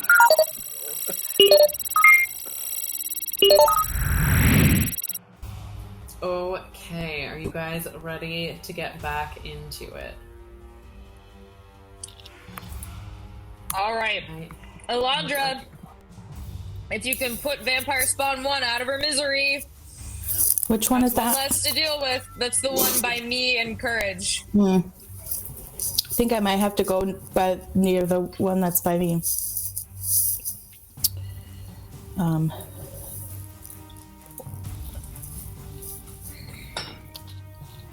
don't know. How high up are the walls? How high up is that vampire?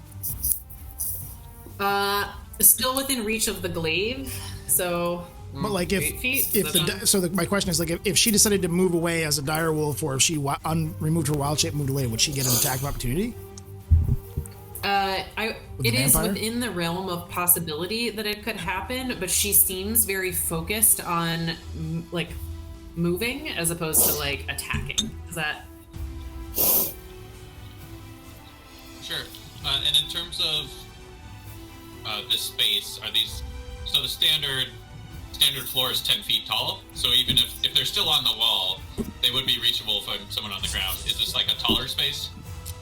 No, I'd say it's. Thank you for telling me the standard space is 10 feet tall. I've never known that fact. So they're 10 feet tall. It's standard. All right. Well, in that case, like if they're on the upper 5 feet and someone's standing on the lower 5 feet, like would still be within reach. Yeah, I'd say just a disadvantage because you're not for Callow. It wouldn't be. Yeah, that would be out of reach for me. Right. And also Elandra is good because she's very tall, so they're still within reach for her. Okay, so I think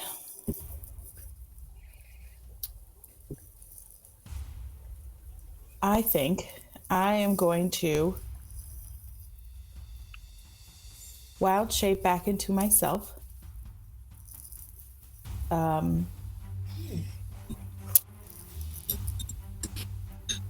Move as far away as I can, and then try to cast Moonbeam again. Does that make sense? Is that possible? It's definitely possible.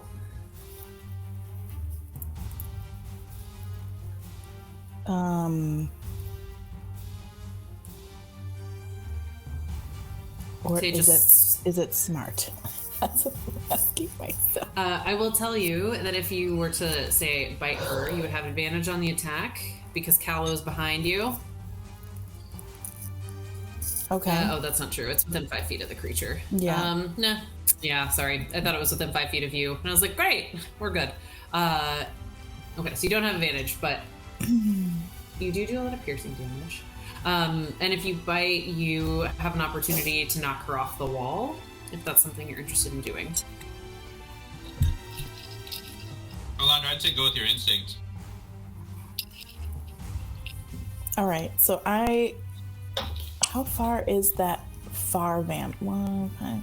How big are these squares? Sorry, 5 or 10? 5 feet. 5 feet. So the whole room is only 60 feet long. It's a small shop. There's nothing in here that would be out of your moonbeam range. Okay, so I'm gonna do that. I'm gonna go back into my normal self. All right. Yeah, swap your tokens. I'm going to... Where would I be? Like here? Here? Here? You can pick which of those 4 squares you want to be in. Okay. I was gonna say, she was originally... I can't be on top of whatever is here. Just saying that you were originally here when you were grappled. Okay. So, if I want 5, 10, 15, how far can I move? How far can I move?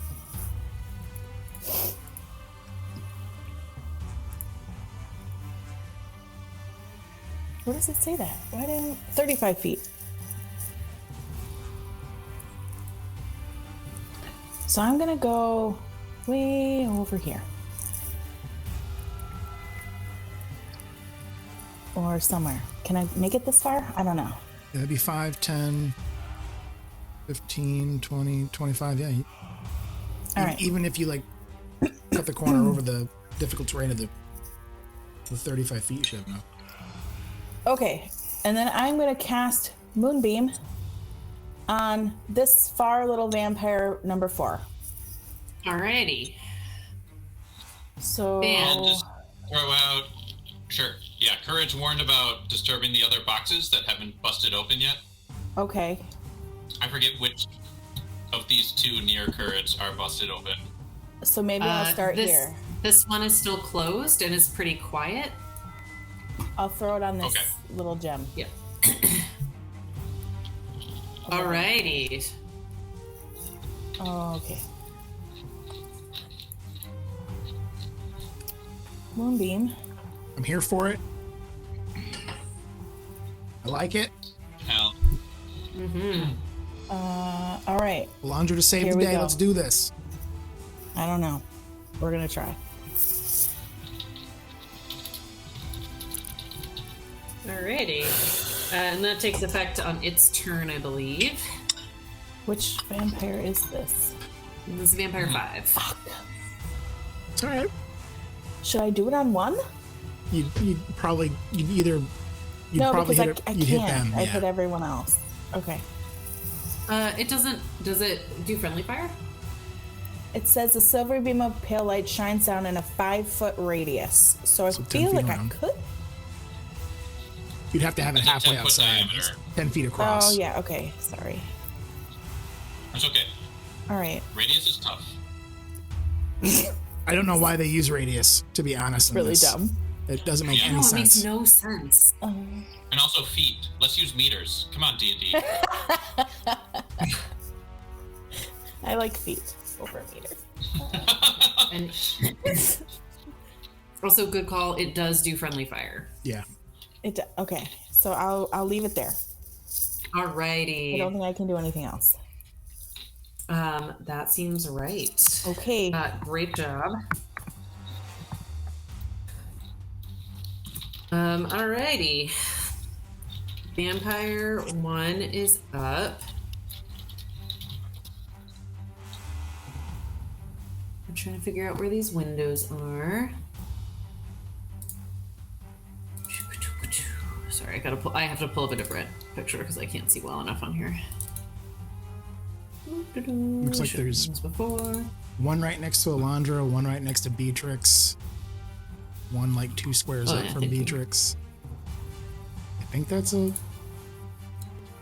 window. Yeah, there's a window. That's a window. I'm like, can I move this without messing up the map? I can. Okay. She doesn't want to go that way though. She is gonna try. She's really hurting. She's gonna try to move away. I would say she's in this space.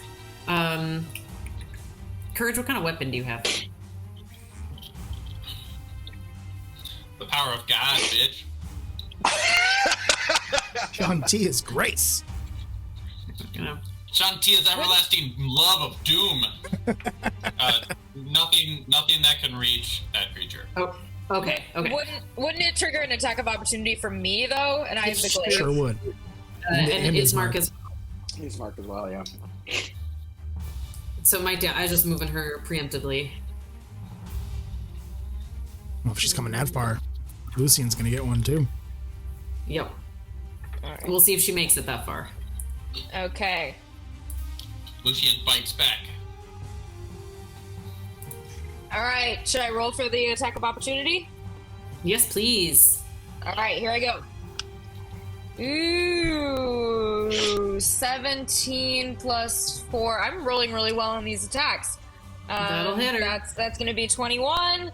And the damage for the opportunity attack is the same as when it's a normal attack, or no? Yeah, I think it's just your glaive, right? It's just my glaive. Okay. All right. Yeah. All right. Here we go. 1d10 plus 4. Boom. A 10 again. A 10 14 damage. And a 2. And a 2. No, not 14. Oh, no, it is 14 damage. I don't roll that for.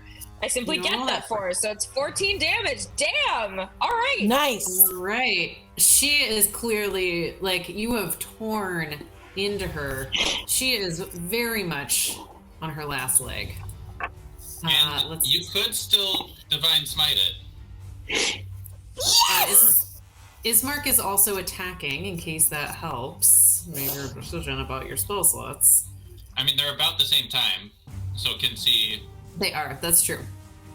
Ismark also lands a hit with his sword, so I'd say between the two of you, well, not I would say, between the two of you, You spear her dead. Would you like to describe how you and Ismark joint attack and kill Vampire 1? Oh my gosh, they're gonna lick. So glad I didn't go after her. It's gonna be like Lady and the Tramp.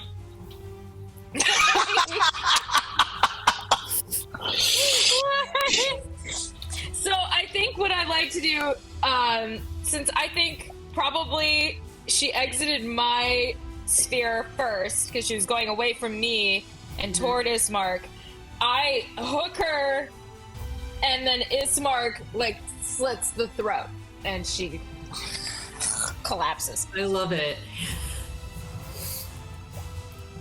And she is gone. We can get her off. Eventually I'll get her off the board. Slow but sure. There you go. And remove. All right. Amazing. Only 2 left that we haven't really done any damage to. No big deal. It's fine. Everything's great. All right. Lucian, you're up next. Callow, you're on deck. How long does the turn undead last for the ones that are still in the crates? Just out of curiosity. Longer than Shantae's love, or 1 minute. It lasts 1 minute. 1 minute. Yeah. So that's pretty good. Okay, that's a while. That's okay. That's a while. Rounds. That's a good time. All right. That's a lot of rounds. All right. Do they have to make new wisdom saving throws, or is it just the one? Just the one. Just the one. Thank God. All right. No, thank Shantae. Thank Shantae. Thank Goddess. Goddess. All right.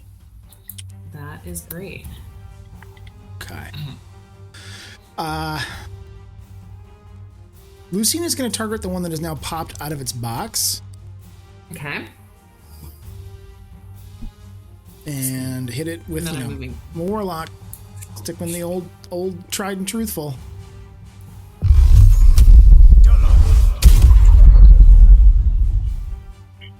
So cool. All right, 16 does hit. And I'm going to need that to roll a DC 15 wisdom check. Okie dokie. I'll do that first. Just a check, not a save? Saving throw. Yeah, saving throw. Save, okay. Mm-hmm. Damn. All right. You guys always hear first. It's still rolling. All right. I should have done it beforehand. I'm going to move my hex off of the dead one to it. Yeah, that's fine. I'll allow that. Does it do extra damage? If you let me retcon and say I moved it first, yeah, it would be another D6. Yeah, I'm down with that. Lucian's smart. I do one extra damage. All right, and that's necrotic damage. Yeah. So I just see it fizzle in the air as it transfers. But it does. You do feel the transfer. It does happen. We'll say you sort of like, oh shit, and like start to move it over as you cast the Eldritch Blast. All right. Okay, every point counts. Every point counts. And he's just going to move up a couple of spaces atop the wood. Okie dokie. Callow, you're up. The vampire spawn closer to you all is on deck, followed by Arena and Ismark, the Emily Megaturn. So Callow is noticing the one in the distance, but is considerably more concerned with the one that is rather close to him. And will go for his tried and true. Pop out the 2 vials, throw them together so that the streams of liquid cross in the air, and sends a firebolt at the vampire. Nice. Yeah, we're going to roll that. That is a 13. Does 13 hit? 13 does not hit. AC 15. God damn it. Ah, sorry. Are you blessed? I don't remember who she blessed. Nope. No, not blessed. Ismar. Yeah. Mistakes for me. Okay. I think just trying to decide whether there is anything else that I. All those alchemical potions, no holy water? He's a man of science, Jamie. I know. I don't think I really have any sort of bonus action. I think he as he's doing this, Callow will like back up against the wood pile, like as far as he can go. But I think climbing on top of the wood pile would be like rough terrain and an acrobatics check at disadvantage for this tiny little person. I mean, I'll let you do it if you'd like to. But... No, I think he's just gonna back up, like sort of like knowing that Lucian's there, or knowing that the shape that he's pretty sure is Lucian is there. He's gonna back up towards that, but also kind of still looking over his shoulder at this purple dragon skeleton thing. And I like how you're all just cool with it. As long as I think we'll have a conversation about this later if we make it out. As long as I keep attacking the right targets, right? Yeah. And I think that's all I can do. I got no bonus action. Alrighty.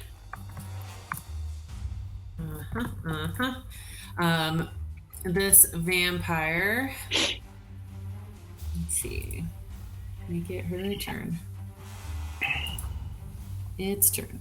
It's funny because I can't see it. I think I might have to move the moonbeam off, but we'll remember where it is, just so I can see her. So it's the start of her turn, which means she has to make a Constitution saving throw. Please fail. Come on. Oh, God damn it. I hate this game. Shit. Wow. The alchemy gods are against us. Oh my god. But still takes half of 2d10 if you'd like to roll that, Jeanette. So 1d10? Nah, roll 2. Roll 2 and divide by 2. Oh, got it. And round up. Just stick it to him. Don't tell me if you round up. Just tell me the amount.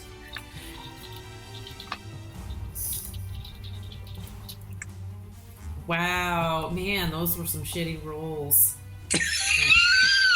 They were. Yeah. She rolled on the damage dice. That's not her fault. Yeah. So it's only 3 damage. Yeah. But it's radiant. But it's radiant. So this is very good for multiple reasons. Mm-hmm. Alrighty. And then it. Fuck a duck. Sorry. Fuck not that me. goddamn duck. 5. Let's see. That's 20, I think, total, because you did 2 diagonals. I can't. There you go. Okay, so she was here.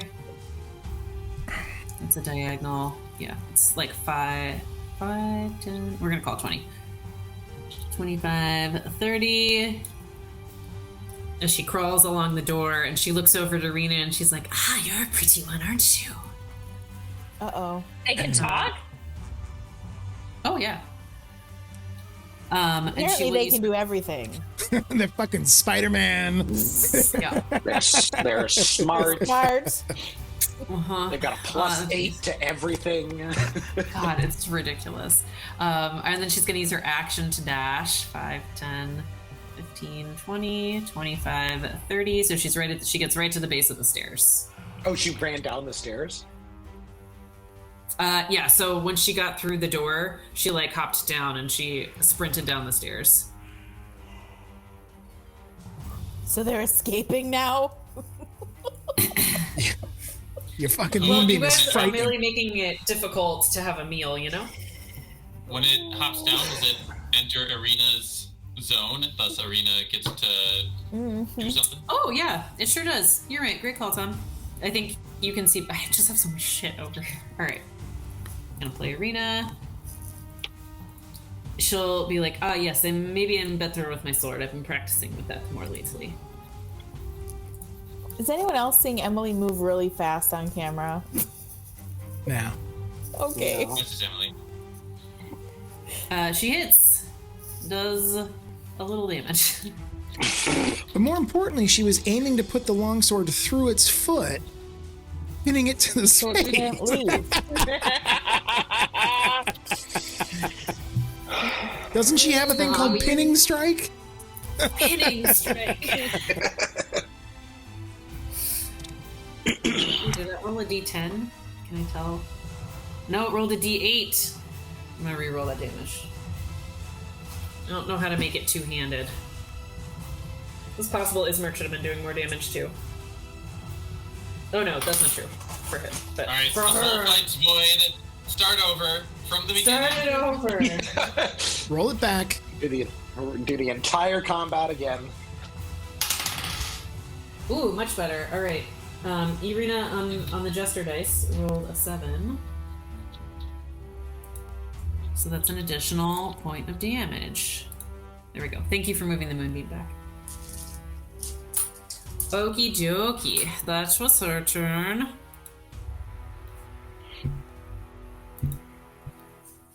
It is now Irina's turn. She will yell, I've never been in a real fight before. Do we focus on this one or do I get this one that's running away? Ooh. Get the runner! Get the runner! Sounds good, thank you!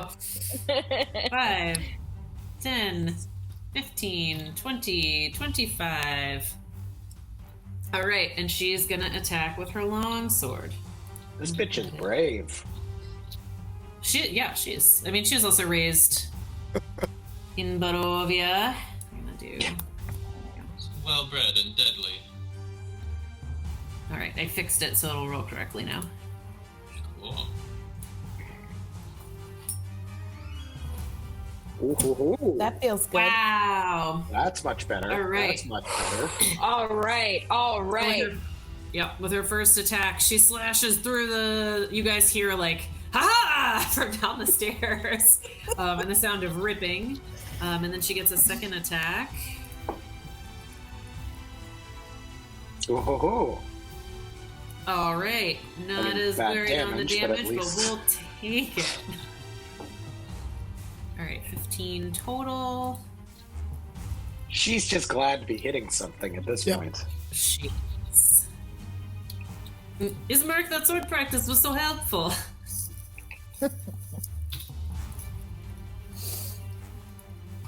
Excellent. Okay. To which I'll be like, I'll come help you. 5, 10, 15, 20, 25, 30, 5, 10, 15. Yep, so he's just action to dash so you can get in the hallway. And is pursuing them down the stairs. Courage. It is your turn. And then it'll be the new vampire, followed by Beatrix. Before Ismark ran off, did he, like, make eye contact with Beatrix, or...? Oh, yeah. Thank you for reminding me. He'll grin and be like, we make a pretty good team, don't we?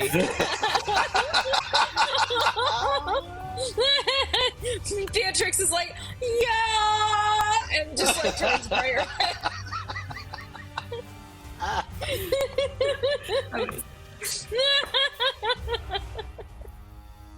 Thomas, like, you can read my mind.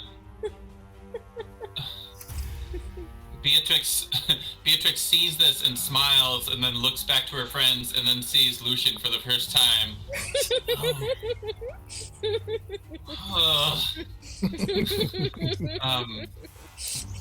And then we'll can I move up next to Beatrix and open the window that she's next to? Yeah. All right. And I'll give that to you as a free action. Thank you. And we'll yell out the window, "Raise the alarm! The coffin maker's under attack!" And then we'll then look at Beatrix like, I don't know if we trust this town, but we'll give them a chance. You look like you could use a touch-up, and we'll cast Cure Wounds on you. Where do I do it? I'll do it in here. I'll do it in Avery. We'll see if Avery works. Giving you 12 hit points. All right, I will take it. 12 heal. That's pretty darn good. Thank ya.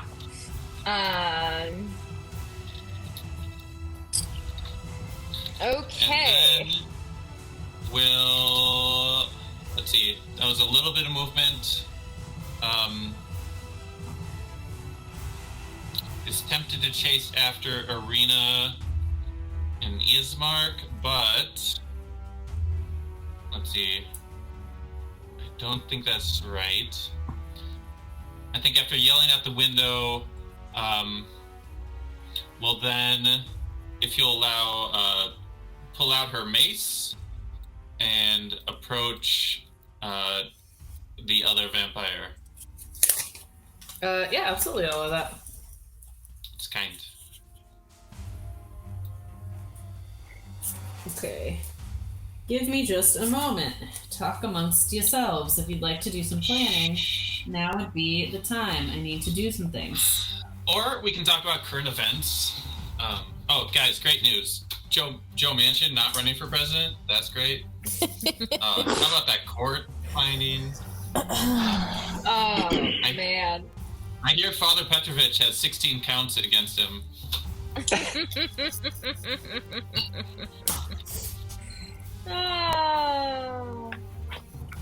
Oh my.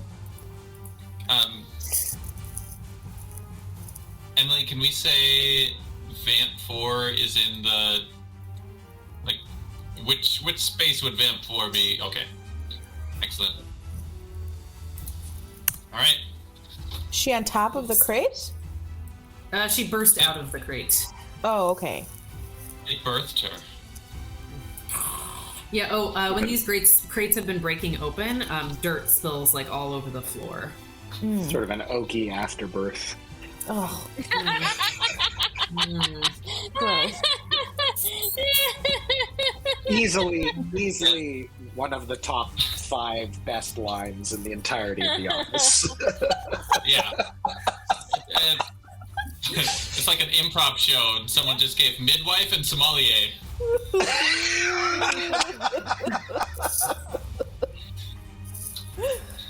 Oh, God.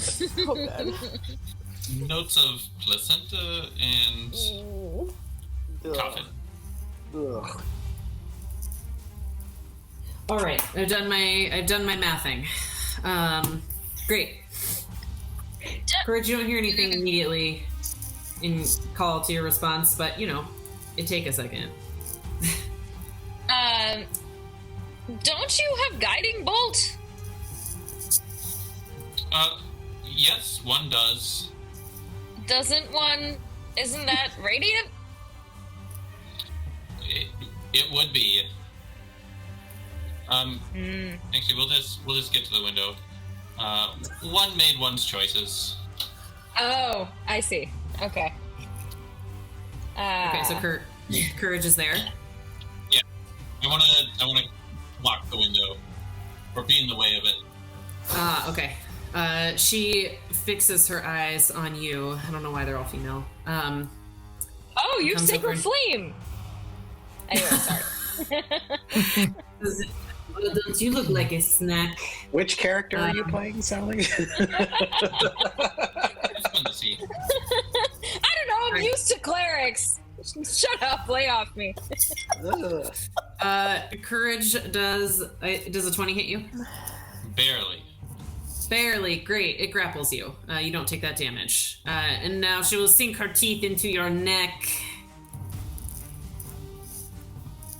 And this time I'll do things correctly. Does a 15 hit you? She can't get around the garish pauldrons on her shoulders shaped like leaves. I love that. All right. So she's got Courage grappled, but wasn't able to bite her. Small victories. Yeah. All right. Courage will say, buy me dinner first. Amazing. Oh, man. And Beatrix, you are left with the faint scent of roses from the cure wounds. All right. Beatrix is gonna yell out the window.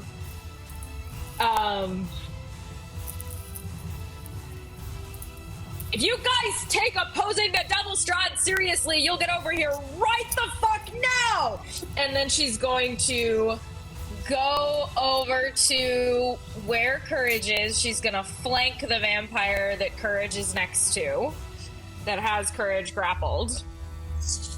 And she is gonna burn her next, she's gonna burn her next Divine Smite on this sucker. Okay. And will you move your token when you have a moment? Yes, hang on. Here I go. Where am I? Yep. Yeah, I'm over here. Can I move me? Can I do? Ooh. I think I'm.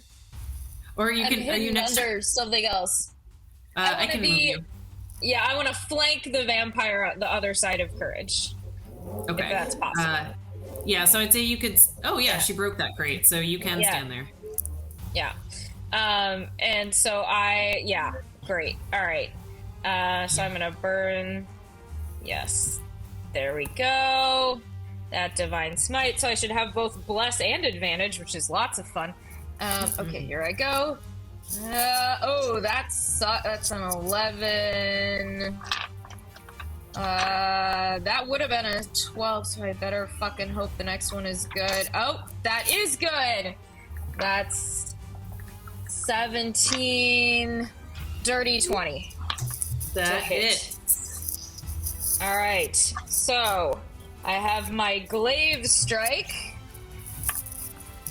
Another 10! I swear to fucking God, I'm gonna take a fucking picture. Hang on. How am I rolling this well with just this one D10? I don't know. It loves me. I wish the other ones loved me this much. Within your house, Connor's giving you all his good rolls. Yeah, pretty much. Alright. So that's a 14 slashing. And then I get to do babadabadoo. Because it is a Divine Smite, I get to do 2d8, 3d8, 6 plus 8. So that's gonna be 14 radiant, and then one more plus 7. Just say numbers, just numbers. 21 radiant damage. 21 radiant damage, 14 slashing. So it's 35 total damage. Mm-hmm. I can math. Unless the 14 is divided by 2, and the radiant it is. Thank you. By 2. In which the case, radiant. Well, the radiant is not. I'm guessing the radiant. But it does other things. All right. Okay. Yeah, because Divine Strike doesn't make the whole thing magical, right? No, it only makes the radiant damage magical. Okay, just making sure. Okay, this vampire is very focused on Courage and is sort of like trying to find a way in between her pauldrons, is what you said they were, Tom? Yeah. And doesn't notice as you run up behind her and shove your glaive into her body. She's like, I hope you don't mind I invited a third. you like to get freaky, don't you?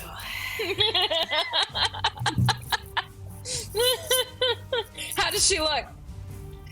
She's starting to look beat up. right.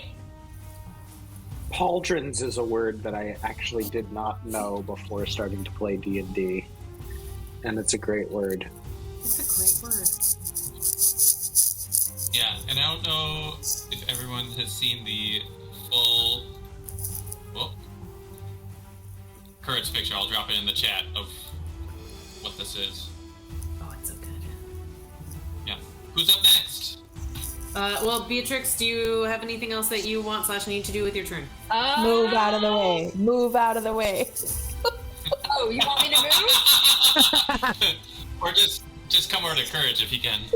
Move out. All right. Here comes that moonbeam. All right. I will circle toward where Courage is. So you have about 5 feet of movement left because that's difficult terrain with that wood. So to get up there, right, you have 30 feet of movement. Do I? Let me check. Probably. I think I probably... Yes, 30 feet. Yeah. 15. Yeah, so I think it was 25 for you to get up there. You could try to move into this, like, diagonal corner. Next, this crate is smashed, so... Yeah. Sounds good. Okay. Okie dokie, come on. All right. Elandra. Will that spawn take a slash? It is grappling you. Can it do that and still use an attack of opportunity against me? I don't... In my mind, I cannot. That seems to be logical to me. But I would have to drop the grapple. Yeah. Your mind's eye is the deciding one, Emily. I So know, exactly. Mechanically, Exactly. it wouldn't have to, but yeah, story-wise, vibe-wise. See, I hate that. I'm always like, that's dumb because you can't be grappled unless it was really small and like she had a weapon. But like to be able to turn effectively to hit Beatrix, Well, you could think of take courage with her, you know.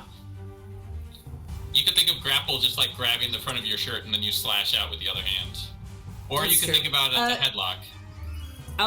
We'll do it at disadvantage. How about that? That feels right to me. She's gonna make a half-hearted. Just a claw attack.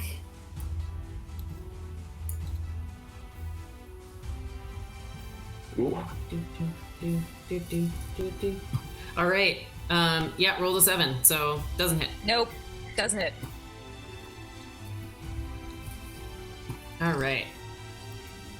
Good call on rules. All right, Elandra. Okay.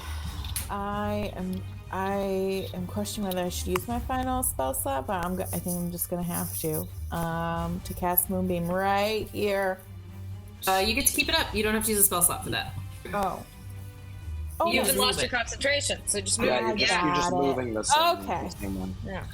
And then It's not a spell slot, it is an action. It is an action. Yeah.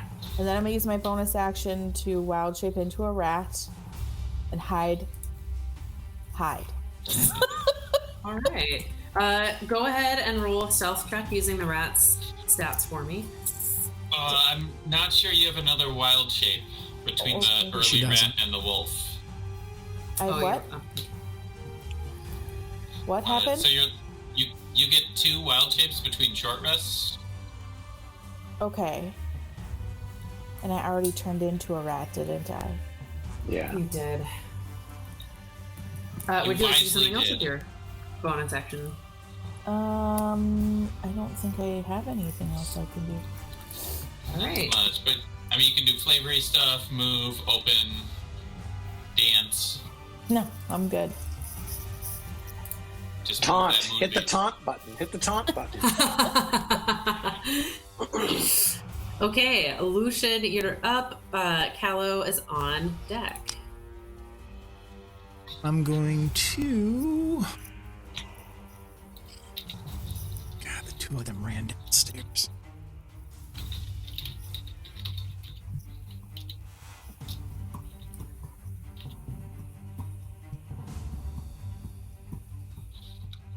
Let's see here. 10.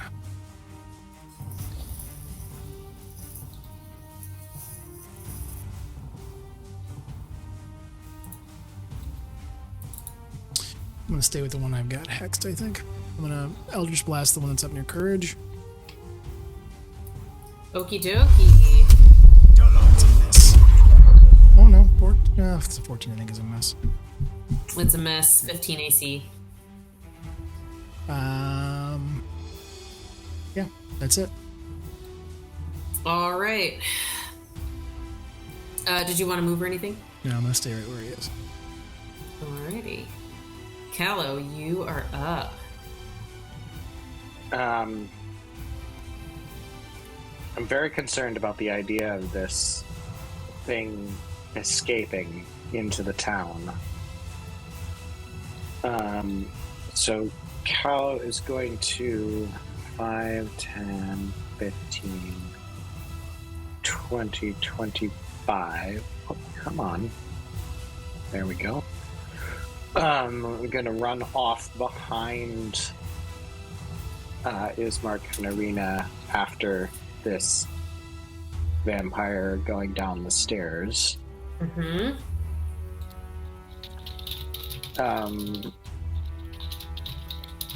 And I think not being able to see what is happening down the stairs, he would just run around this corner and hang there. And then you can. I would say you can see them. The vampire's just the base of the stairs. Right now. Oh, now you I can. see them. Yes, yeah, but I couldn't see them before and that's that. Right. This is my full movement to get where I am there because I only have 25 feet of movement. And then right there.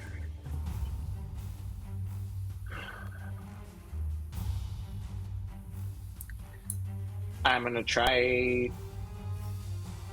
So, this is an enclosed space, and the Arena and Ismark are both, like, in front of me on the stairs. If I were to cast Firebolts, like, what is the...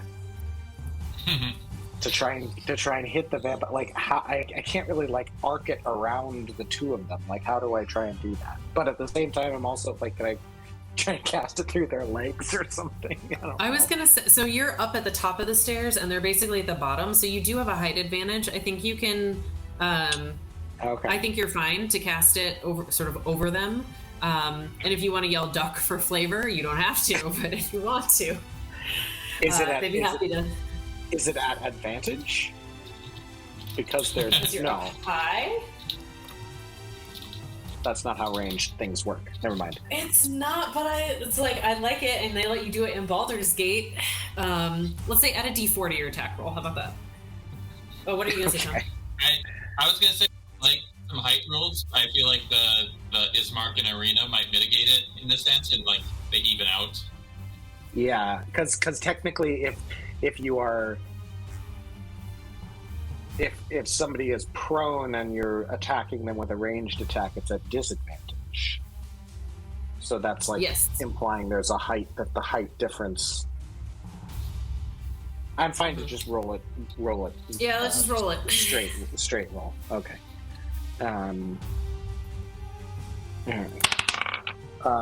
Ooh, that is a 19 plus 7. That'll definitely hit. All right, so we're gonna do 10 here, and that's 7 points of fire damage. All right. Oh, ignore that. She screams as the fire races over her skin and catches her clothing. Finally. Does Callow also say finally? Yes.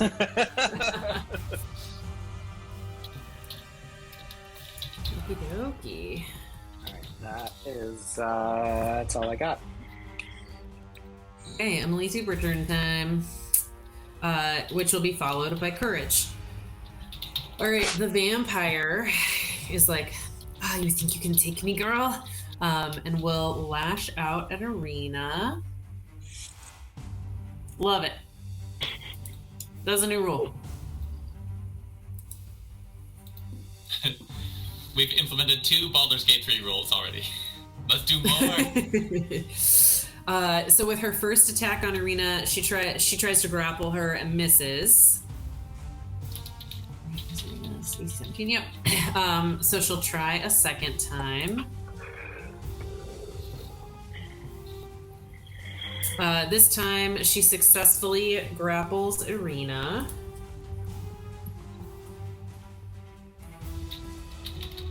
And does 11 damage. Nope, she's just grappling. Not if she's grappling. Not if she's grappling. Yeah. Sorry. She's just kidding. Or I'm just kidding. There we go. And that is her turn. Irina is not going to take this lying down. And luckily, she spent a lot of time like wrestling Ismark when they were kids, and they've done a lot of practice fighting maneuvers. So she's going to try to take her long sword and jam it up into this vampire. Oh, Alchemy, no. Come on, you can do it. You can do it. Oh, no. Ah, not one.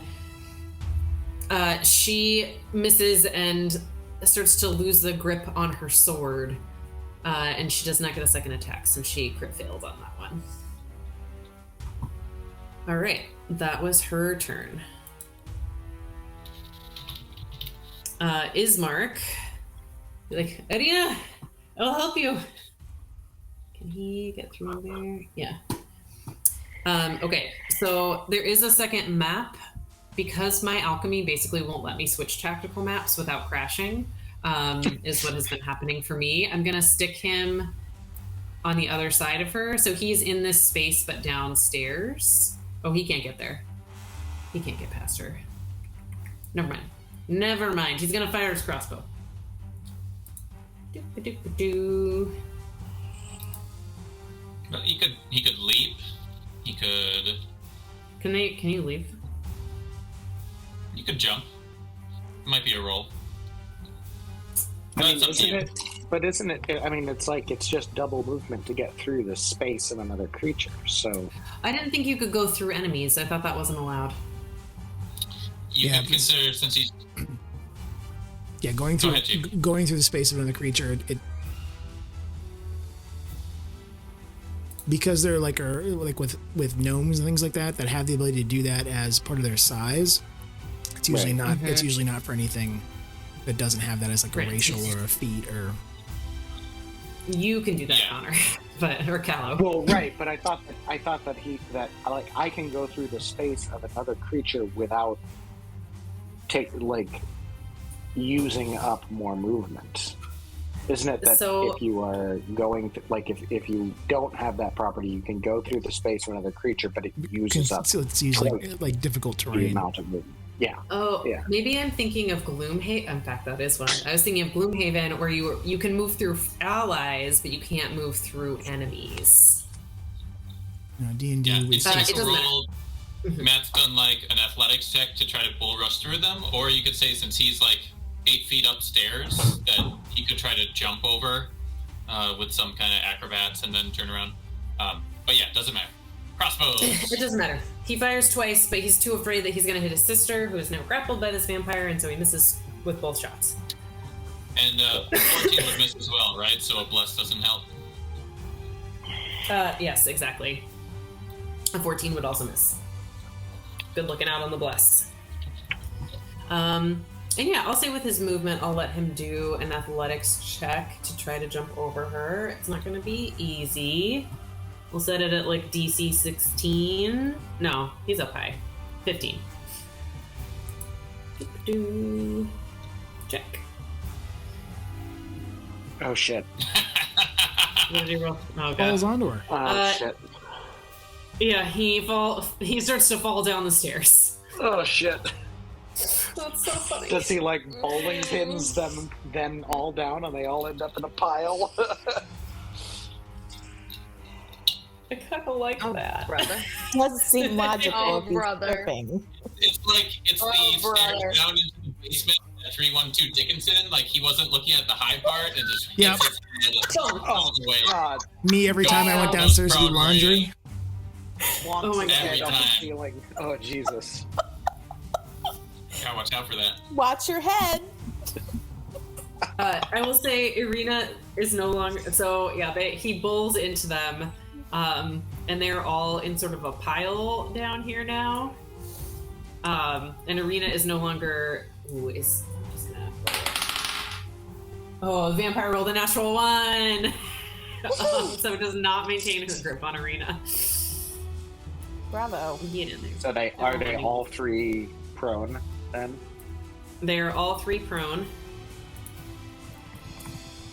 In a cuddle puddle. Puddle. There's more cuddling happening on some ends than others. In there. Yeah, and Callow, you see all this go down. The rest of you, like Elandra and Lucian, you guys hear the like dum dum dum dum. Courage, you are up. You think I'm grappled here with you. You're grappled here with me, and we'll look above the vampire that's bathed in this moonbeam and will manifest. I don't know if we figured out if Courage thinks vampires have anything. Yeah, we'll manifest jewels. I think it's going to be a simple scythe wrapped in a thorny vine with some roses blooming at the top as a spiritual weapon. So Bless will now drop.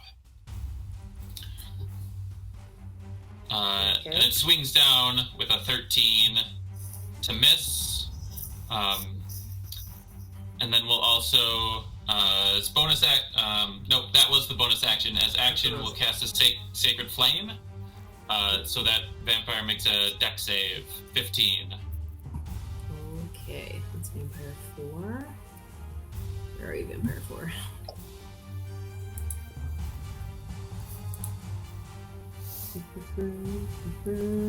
Dex save. Let's do it. Out of way. Hey! So a puff of flame comes up through its face for 4 radiant damage. Nice. It's like its eyes are. I don't do a good scream. It's it's like blinded by the light of the moonlight and sacred flame. It's a lot for this vampire, especially because it's been, in Stark Great.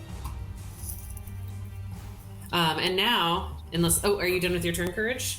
That is it. Okay. Great. It is the vampire's turn. What does it roll again? I should really remember now. Constitution saving throw. 14.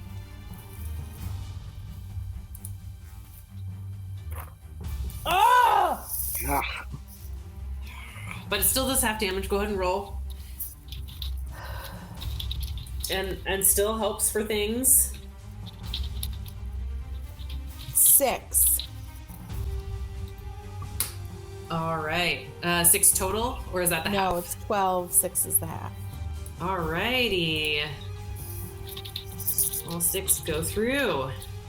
This vampire is starting to look hurt. It still has you grappled, Courage, so it is gonna try to bite you again. As in a new round where it tries to bite you. 15 does not hit you, as I recall. Does not. Okay. It will claw attack you in anger. If it'll let me.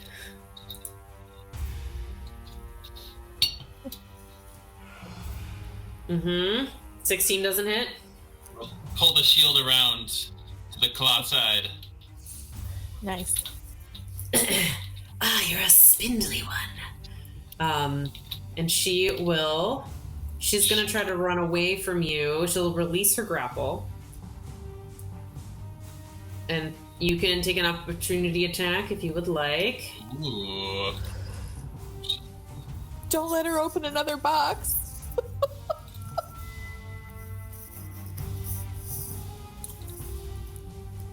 How'd you do? Hits for 3 mace damage. Huzzah! Bludgeoning. All right. You nick her with your mace as she runs away. You knickers. Yeah, she'll actually use her movement to get up here instead. I think Beatrix would also have a hit. I don't think so. She was here, and this crate doesn't exist anymore. Yeah. Yeah, But, so I think... but Beatrix Oh, has she has a range reach. of 10 feet, right? Yeah. I She do, does. You're yes. right. You're right. I do. All right. Here I go. Go for it. Glaive times. All right. Yep. All right, that's a 10, 15... 15 hit?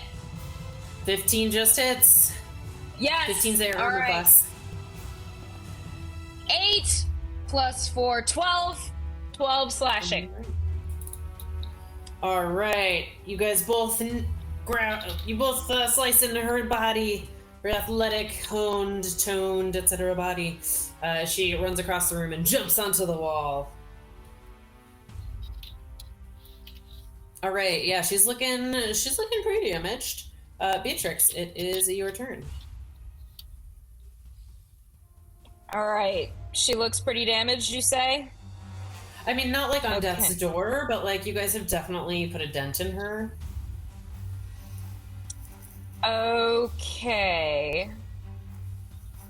And she is on the wall right there. All right. I am going...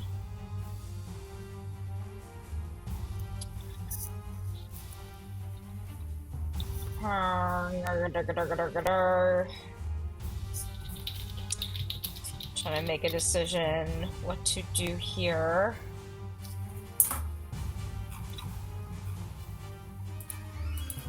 Alright. I'm gonna use my last Divine Smite. Here we go. I approach her. I try to hit her with the glaive again and imbue it with the rage of Lathander. Here we go. Alright. For what it's worth, you don't have to burn the spell slot in advance for Divine Smite. You can see if you hit first. It's like the paladin. okay, It's like a big advantage being paladin. Oh, cool. Okay. Well, I rolled 11 plus 6 is 17, which should hit. That'll hit. Yeah, go ahead and smite her. All right, here we go. Smiting time. All right. Wow. All right. That is a 7. 7 plus 11 smashing or 11 slashing damage. Okay. And then I get to do the plus 8.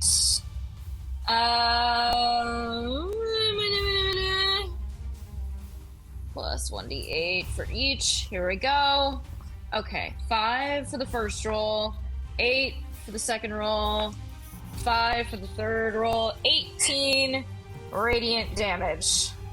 Nice. So 11 slashing, 18 radiant.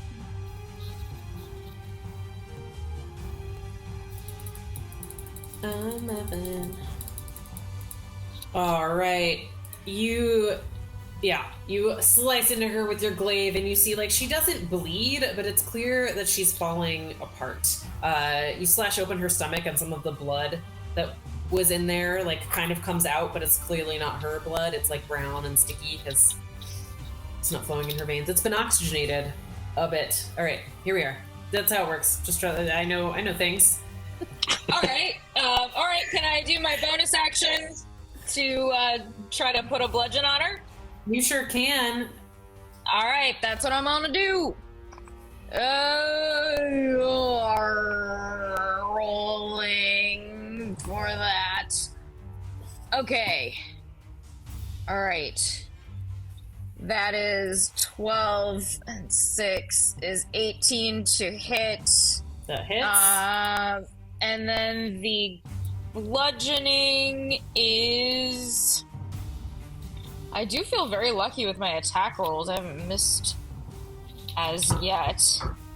And then I have to remind myself what is... Is it a D4 plus 4? Bonus. Yes, it's the D4 plus 4. Okay, here I go. All right, 2 and 4, 6. 6 bludgeoning. Alrighty. She looks extremely hurt. She is not doing great. Alright, I believe that's all your things. Those are all my things. Alright. Elandra, you are up. All right, I'm just gonna move my moonbeam. I think I can move it 60 feet, so I'm just gonna boop. Boop. Nope. Let me move it. Oh, good. All right. Yeah, you get it. I'm done. Alrighty. No bonus actions or anything? No, I can't really do much. Alright. Yeah, some senior caster stuff. Okay, but also can be so cool. Alrighty. Lucian, you're up. Callow, you're on deck. Let's see if I can miss again. Or hit. You could. Who are you firing at? Hey, look at Oh, The only one I can see in the room, so that one. Oh, yeah. suck it. How do you want to do this? that. Nice.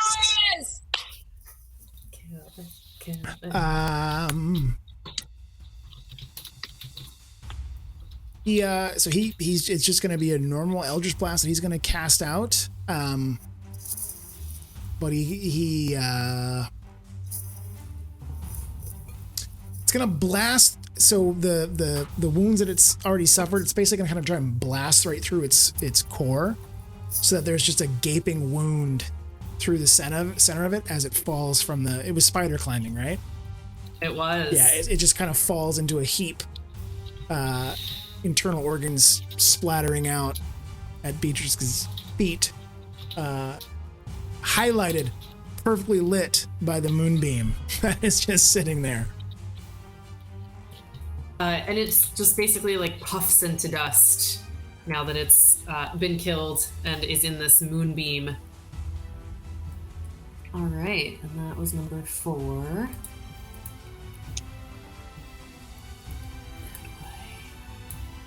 I'm gonna have to move the moonbeam. I'm sorry. Just a second. No, move! It keeps floating back over. There we go. Wait. There it goes. Okay. We'll put it back. Ah! It like moves. Do you guys see it moving independently? Not Just me? No. It seems like it's stationary now. It's come back to where it was. All right, Vamp. You guys have gotten rid of Vamp 4 and Vamp 1. Easy. Easy peasy. All right, Lucian, anything else you want to do on your turn? He is going to move down, maybe 10, 9, 25. He's going to get his 30 feet to there, Okay. roughly. Nice job. Callow. All right. So, seeing this pile of people there, Callow is concerned about any of his tinctures and potions. He is going to take all 6 of his seconds to very carefully pull his crossbow out and aim as carefully as he can at the vampire so as to not hit Irina or Ismark with his crossbow. Right. They are prone, so will be at disadvantage. All right. If you'd rather hold an action until the vampire's standing, that's also an option. I'm not saying you need to, I just want to make sure you knew that that's an option. Is there actually a chance that I could hit one of them? If you rolled a natural 1, I would say you would hit one of the other ones.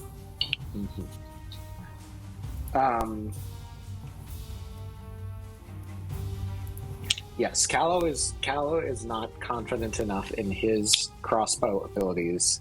He is going to hold his action, aim the crossbow, and hold his shot until the vampire stands up. All right.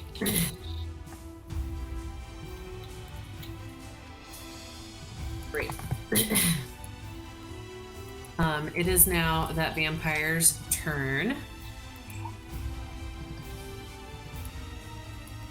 So she sees you at the top of the stairs. She's in this pile. She is going to stand up. So you can go ahead, take your shot. All right. So that is... And so this is just a straight shot. Yeah, so that is a total of 15 to hit. All right, 15 just hits. Ooh, okay, so 1d8 plus 2. That is 8 damage. 8 All right. piercing damage. Yeah. All right. You shoot her through the shoulder, and she glares at you, and then she grabs Irina, and she starts to try to drag her away. I gotta look at my thing. So...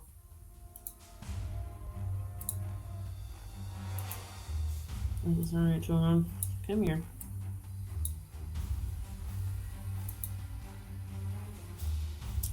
Come on, Alchemy.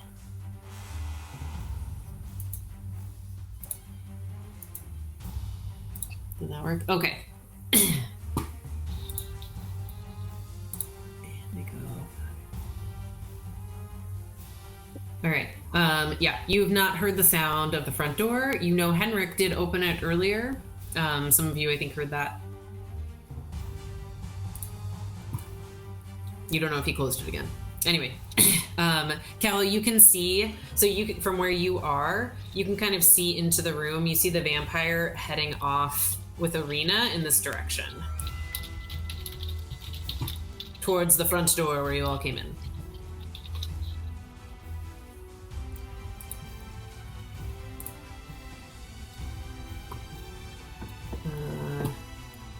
Oh, sure. Yeah, we're gonna double check she actually gets Irina. Great.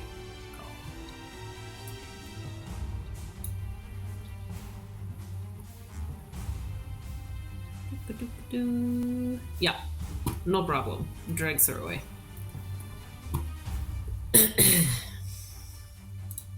Okie dokie.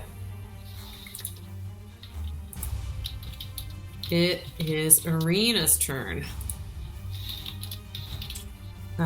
She is going to use her action to try to break the grapple.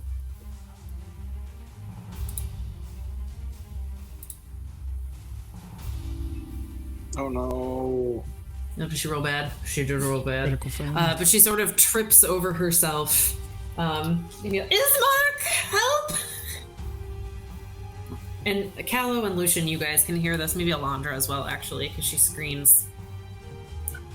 And the vampire, you can't see it, but is grinning wickedly.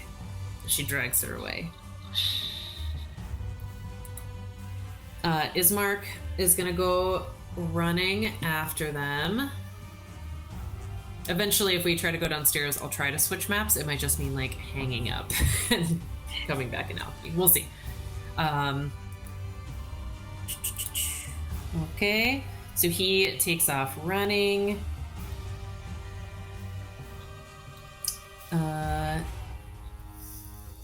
Would that, Jeanette, would that help to remember that for me at least, they still show up in initiative order? Yeah, I'm just wondering if we can see, like, at least where they are in the lower level of this room, if they're on, like, the left or right side of the map. The thing is that we can't see them at this point, like now, so there's no, like, they're beyond, like, unless we start going down further further right? Which I downstairs. assume we're all gonna do. So that's why I was just wondering if we would know. Yeah, I'll try to move us down. Once that happens, it's just my alchemy crashes every time I try to switch maps. Okay. But we'll try. We'll give it a go. Ismark is going to be able to attack, so Callow, you can hear what's going on from where you are. You just can't see it. Because it's like a narrow doorway at the bottom of these stairs. All right. Oh dear. Ismark misses with the first attack as he's trying to avoid hitting his sister.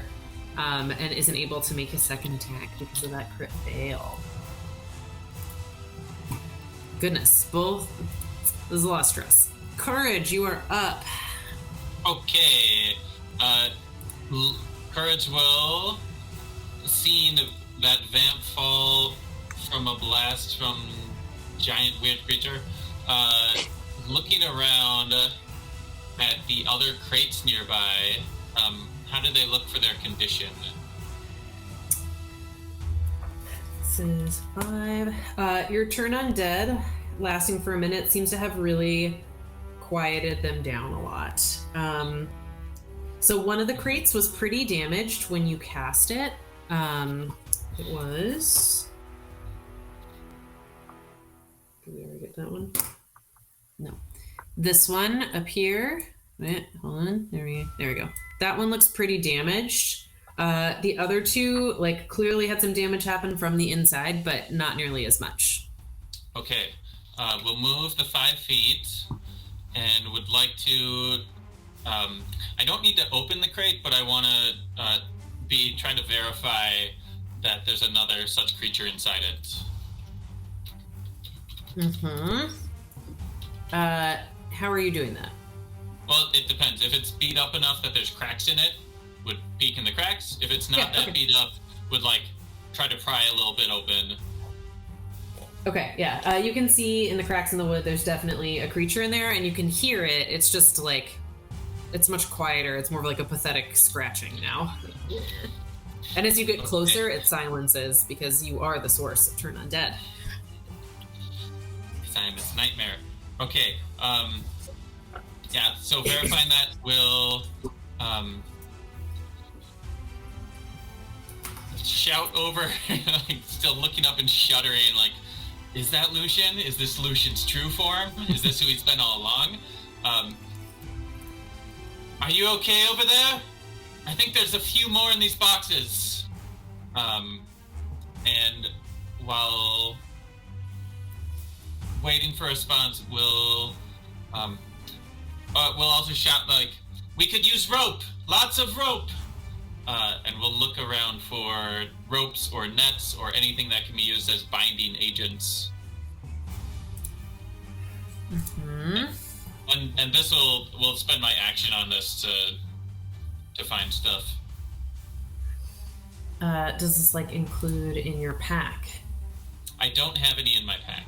You don't have any in your pack. Okay. Let me just check and see. Double check what's in here. I feel pretty good about letting you use your action. It's just a question of what does he have in here? It is, let's see, cobwebs, wooden planks. I would say you find not super sturdy rope because he doesn't really have a use for that as a coffin maker. What you do find is a hammer and a lot of nails, and there are obviously more boards. Okay. And we'll say you find some big drop cloths as well, in case those are useful. It might be. And how about from the map? It looks like there's a net rope on one of the boxes. It's cobwebs. This one? Oh, I can't point at three spaces to the left. Oh, sure. You know what? Because it's drawn on there, yes, it's a net. One net rope. All right. Yeah, we'll go over 5, so 10, 15, 20. Grab that, come back over 10 feet, if you allow. Sure. And with a thought, we'll send the spiritual weapon, which is hovering one space north of Courage. We'll start sending it south. I'm not sure if it'd be it'd be useful to make a token. I can do that. Thank you for reminding me. It is. Do you want me to remove your wolf? I can do that. Sure.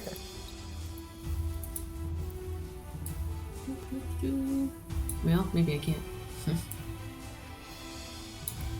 Come on, Alchemy! I tried. I'll focus on getting this going. No problem.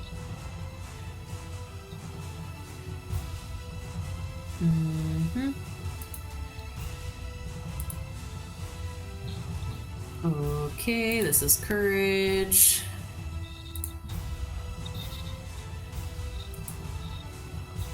And because I don't think you can change it.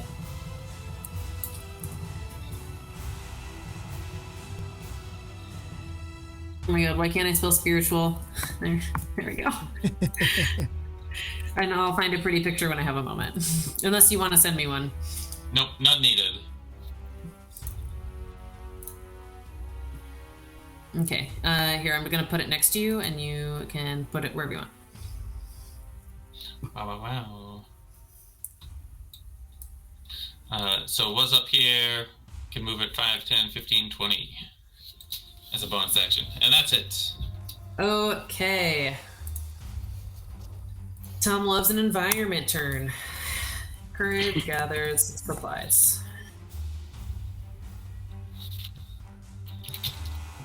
Beatrix, you are up. Okay. Elandra on deck. So what Beatrix would ideally like to do in this scenario is she would like to try to get within sight of the vampire that has Irina, and she would like to cast, with her channel divinity effect, Abjure Enemy. As an action, you can choose one creature within 60 feet of you can see to make a wisdom saving throw. Fiends and undead have disadvantage on it. On failure, the creature is frightened and its speed is reduced to 0 for 1 minute until it takes any damage. Okay. On success, the creature's speed. So the question is, can I get within visibility of it? You can get within visibility, but it will take your action because you'll have to use your action to dash. Yeah, and my action would be what I would need. Like, it's not a bonus action. Right. You can still, but going after them is also very valid. All right, going after them is indeed what I'm going to do in that case. So that is what I will do. I will I will make a break for the stairs. Okay. 20, 20, 30, 35, 40, 45, 50, 55, 55, 60. All right, you end up right in front of Callow, I believe. I've counted correctly. Okay. All right, and I don't think I have a bonus action that I can use. I guess what I could do... No, I can't do it because I've used all my spell slots. I was like, oh, I could Hunter's Mark this thing, but no, I can't. All right, I will stop there, I guess. All right. Elandra, you are up. Okay. You know what? Yeah. It might be a good time. Are you going to go down the stairs with them? Probably. Okay. Yeah, once you go in that direction, we probably will work on trying to switch maps. So yeah, I will make it as far as I can go. Okay. 5, 10, 15, 25, 35, 40, 45. All right, yeah, you'll be able to move 2 more squares, I think. 3 more squares. Right? Oh, sorry, I just moved you for you. That's fine, yeah. Yeah, 5, 10, 15, 20, 25, 35, 40, 45. Yeah, okay, that's right. If you're dashing with your action, which I assumed you were. Okay. Yep. I'm gonna try to switch map layers. We'll see how it goes. Did anything happen for you guys? Yes. Yeah. Fascinating. See the the next layer. What'd you say? We're clearly downstairs. I can see it now. Oh, excellent. Oh, it loaded. Okay, Elandra, you still have 15 feet of movement into this room if you'd like to use it. Can you put where they are on the map? Oh, I sure can. Thank you. It's this one. Open.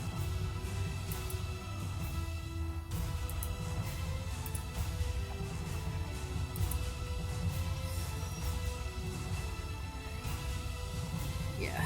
And you said I have 3. Yeah, I think if I counted correctly with and I was trying to make sure to account for moving through your friends. Right. I will go there.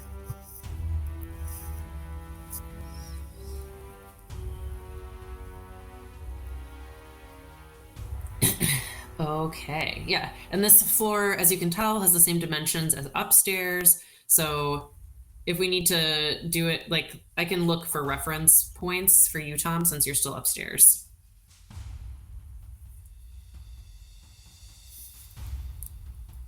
Alrighty. The fight moves downstairs. This is round 6.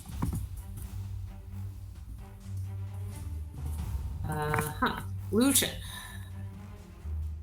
Sorry, is there anything you wanted to do with bonus action, Jeanette? Just to double check. I don't think I can do anything. I'm not in 2-weapon fighting range, and I can't wild shape, so. Alrighty. Oh, I can. It does say I can use a bonus action to expend 1 spell slot to regain 1d8 hit points per level. What does that mean? That sounds cool. I don't know what it is, but I'm down with that. Have you been attacked? Do you need hit points? Oh yeah, I was attacked. I was shoot out. But do you need the hit points more, or do you need the spell slot more? Is the question. I have 19 left. Seems like a good amount. I don't know. I'll save it. Yeah, good idea. All right. Can you move your moonbeam down with you? Can you call it down from upstairs? I think it takes an action. It does take an action, so I would have to. Okay. That healing, I think, only works for your animal forms. Okay. That's cool. I didn't know that. All right, Lucian. Let's see here. So Lucian's at the top of the stairs, but could probably step past everybody with difficult terrain. So what would be 5, 10, 15, 20, 25, 30 would put me at the very base of the stairs, I think. I could probably get to what, here? Yep. And I can just see this vampire, correct? Yeah, you can see her. Yeah. Cool.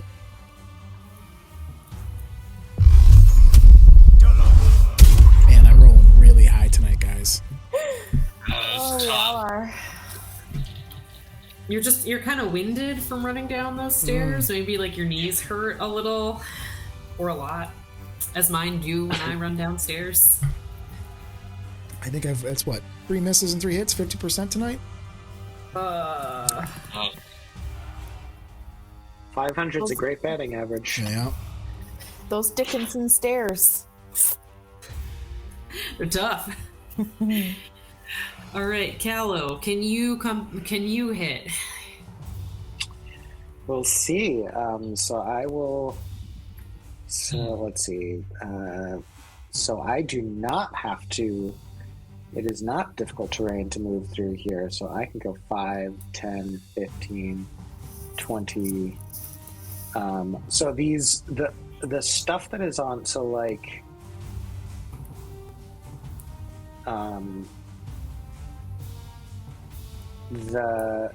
these coffins and stuff. Mm-hmm. Well, I guess actually it would make more sense than. I'm just gonna go.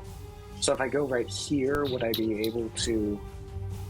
Would I have to like climb on top of something, or could I stand next to? I think you can stand in the space with that because whatever it is small.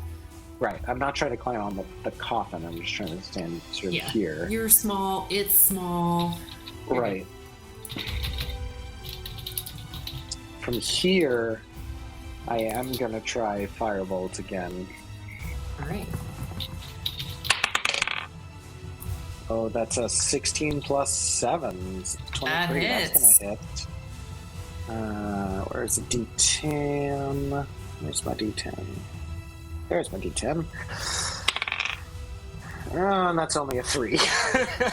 Well, that's 3 fire damage. All 3 go through, and she's like, "Hi, you again."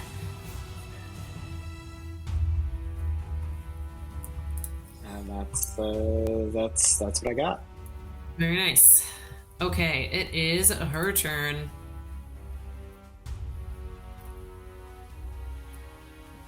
All right, she sees she's a little outnumbered, but would love a little snack if she can have one before she goes. And Arena is a snack. She already has her grappled, so thank you for pity laughing at that. I appreciate it. But can't bite through her armor. So we'll shove her away and try to run out the door. She's... I think they still both get an attack of opportunity. Yours is going to be at disadvantage.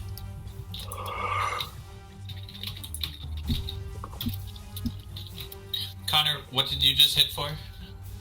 3 points of fire damage. Nice. Okay, she misses. Ismark also... Oh, no, she didn't move out of Ismark's range, so he does not get one. But she's about to. That's what I'm thinking.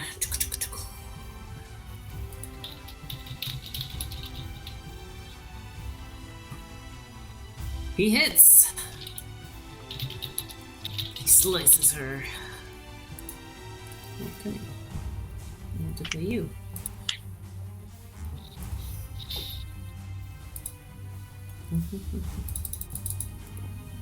She is starting to look a little hurt. 5, 10, 15, 20. Oh, that's not what I want. Come here. Oh, right. You're not actually there. She'll be here. Okay. Yeah. Okay. She runs outside. That is her turn. Next up is Irina. I don't know where Ismark went. Oh, he has a lower initiative now. It is what it is. No, except that's confusing. Because he was after Arena earlier. So we're gonna put him back where he's supposed to be. Okay. Arena is gonna... Come here. Come here. Arena is feeling scared. So she'll get up and go after her. 10, 15, 20, but she's gonna fire a crossbow. She doesn't want to get too close.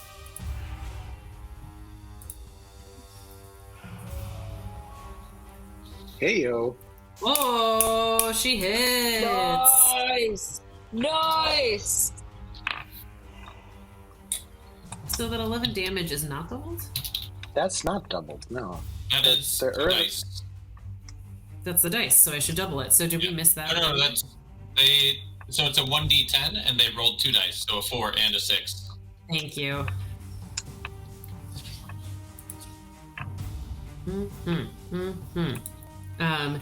Shoots her like right through the shoulder. Okay. And then Ismark will go sprinting after his sister. 20, 25. He's gonna double attack with the longsword again.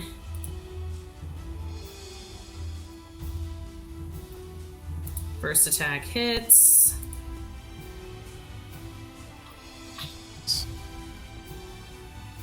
Second attack hits, so that's a total of 17 damage.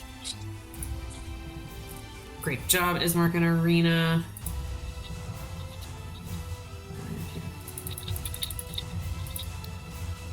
Alrighty. And finally, it's Courage's turn. She's upstairs. Not finally, there's still a Beatrix. It's more of a, my super turn's over. Yeah. Does it feel tricky to switch the upstairs map? You don't have to. I can try. Well, actually, no, you don't have to. You sent it to me. I did. So I know that it is the same dimensions, I think. Mm-hmm. Yeah, they're the same dimensions.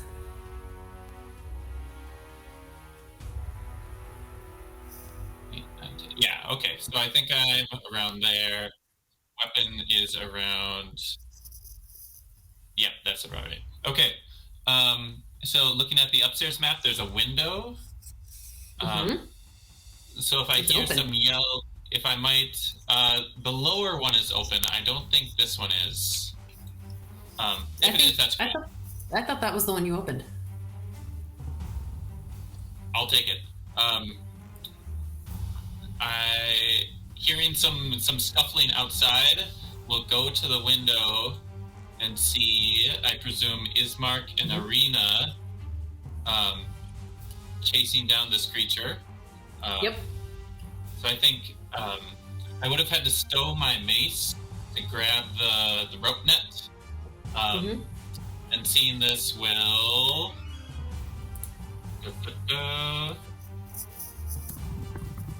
Verbal and somatic. Okay.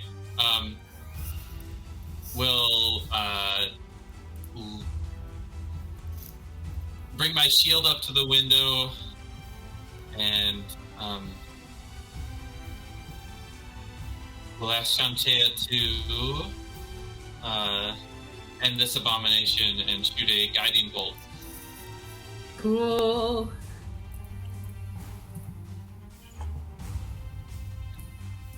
That is a critical hit. Ooh! Yes! Woohoo! I said, did it come over to Avery? I think I heard it. Yeah. Okay, that's all I wanted. All right. So we'll roll. I'll do this in guiding bolt. It's normally. Oh, that's cool. It's normally 46. Yep. And it looks like D&B Beyond knew that it should be 8d6. So that's 29 radiant damage. Holy shit! Wow. I'm gonna roll check her hit points. How many points? 29. All the points. That's exactly what she has. Oh my god. How does she do this? So good, you guys.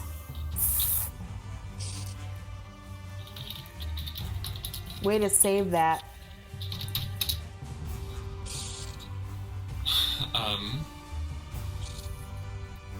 Yeah. So as Ismark strikes through it, it's perhaps looking to strike back at Ismark before it flees into the dark, and then there's just a whisper of a prayer from the second floor window, and this blast of green and brown earth and goodness comes down and smites the creature. And then you'll hear a yell, "There's more up here!"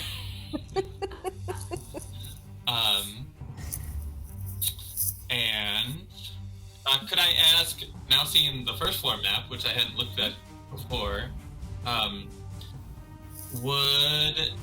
Would Courage recall whether any of the coffins on the first floor seemed especially well made, or better for like containing a creature? I would say the quality of workmanship was all, in terms of like the construction of the coffin, was all fairly similar, and what differed is like the types of designs, like how intricate the designs are on the coffin lids. Okay. Obviously, there's some that are not finished, so. There's no easy answer there, and I don't think there was any mention of it, but just in case I missed it, any sign of like a cellar or a basement? Not that you saw. Okay. And we'll yell.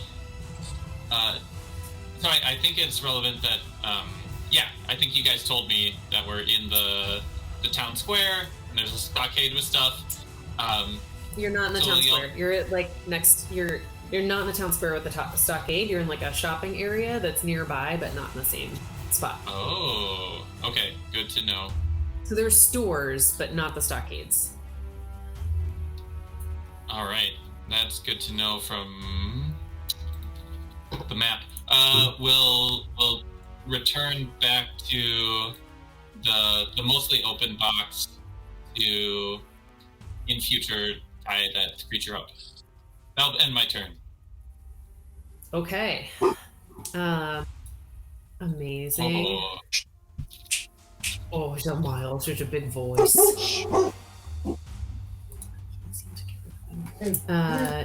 Miles, come. Okay, so at this point, our active enemies are off the map.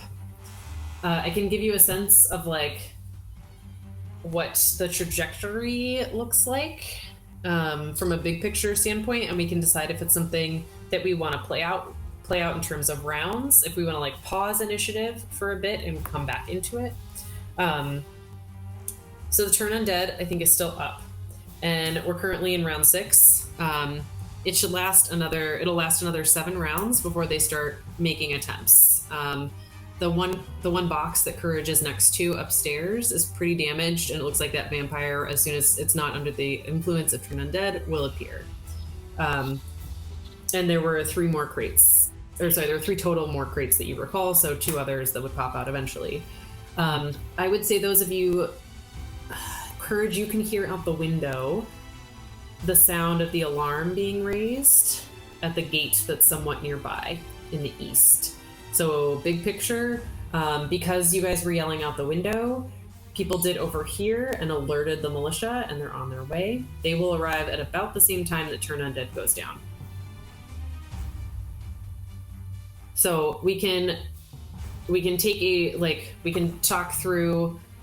break in terms of like get out of initiative. You guys can do whatever you want to do to heal. If you want to try to deal with the crates before the militia gets there and like reinforce them, that's also an option.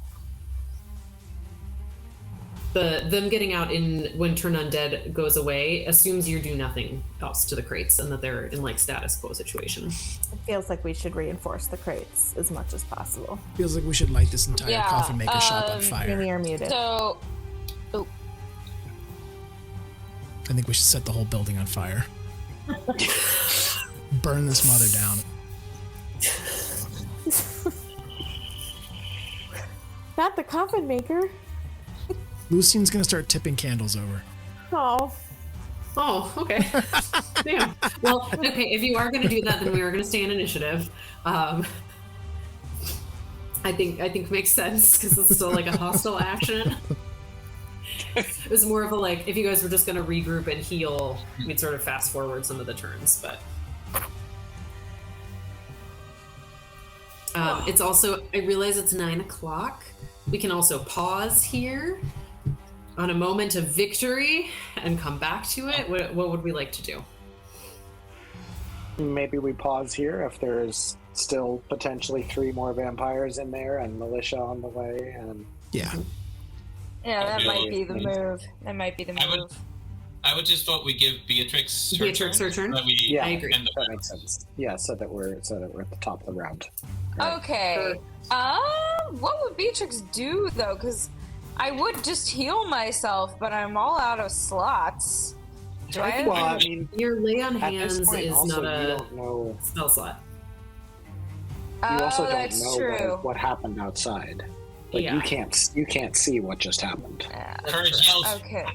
"It's dead!" Or no, or Ismark does. Ismark yells, right. "Courage, that was amazing!" All right, ladies are Beatrix so will. strong. Beatrix will lay on her own hands to heal herself back up to 35. Beatrix which is is, handsy. Yeah.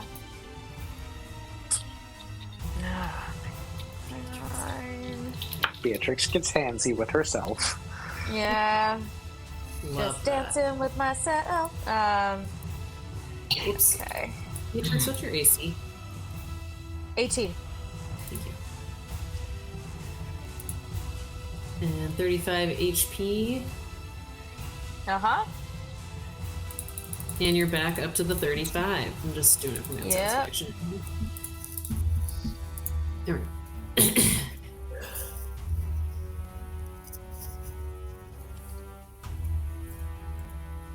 Okay. Anything else on your turn? No. All right. Oh my gosh. You guys didn't die. Yeah. Yes. No one is dead. And in fact, Man. I think we're all mostly okay. I didn't take a hit actually, which Same is here. remarkable because if I had, there's not much to soften the blow, so to speak. I need some healing. I was unconscious for a bit. When you went down like round 2, I was like, fuck, I'm gonna kill him. Yeah. Well, I think Beatrix had to learn about radiant. It turns out she has a lot of sources to inflict radiant damage that she didn't know about the radiant damage, and she was just gonna keep on bludgeoning until she figured her shit out. She still does have her flask of holy water, and she also has channeled divinity, abjure enemy, which makes enemies frightened, with fiends and undead having disadvantage. So she's still got a couple of things up her sleeve aside from just like brute force, but she has used all of her divine smites, unfortunately, which is her big source of doing radiant damage. I mean, you crushed those vampires once you started smiting them. That was pretty fun. I will admit. Okay. Jaime, I kind of missed it. Could you describe your form of dread one more time?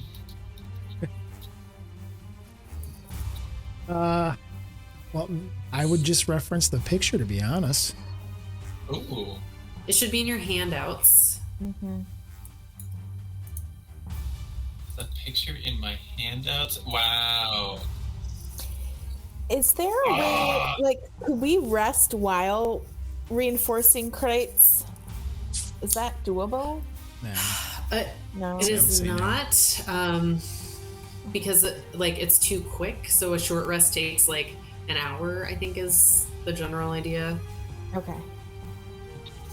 There's a giant purple skeleton with long hands and a feather boa made of shadow. Fabulous. Oh my gosh, you guys did great. Nice job not dying. D&D Encounter Builder says that even the 3 vampires should have been a deadly encounter for you all, which is their highest rating, so great job. Wow. Yay. That means we all level up now, right? I have to do some thinking about it. You won't level up yet, because you're still technically in combat, but... Such babies. I don't like the leveling in Strahd. I'm gonna do some research, I think. Well, that was a lot of fun. Yeah. Yeah. Yay! It's You so guys are fun. great. That was a lot of fun. All right. I'm glad We we- should calendar.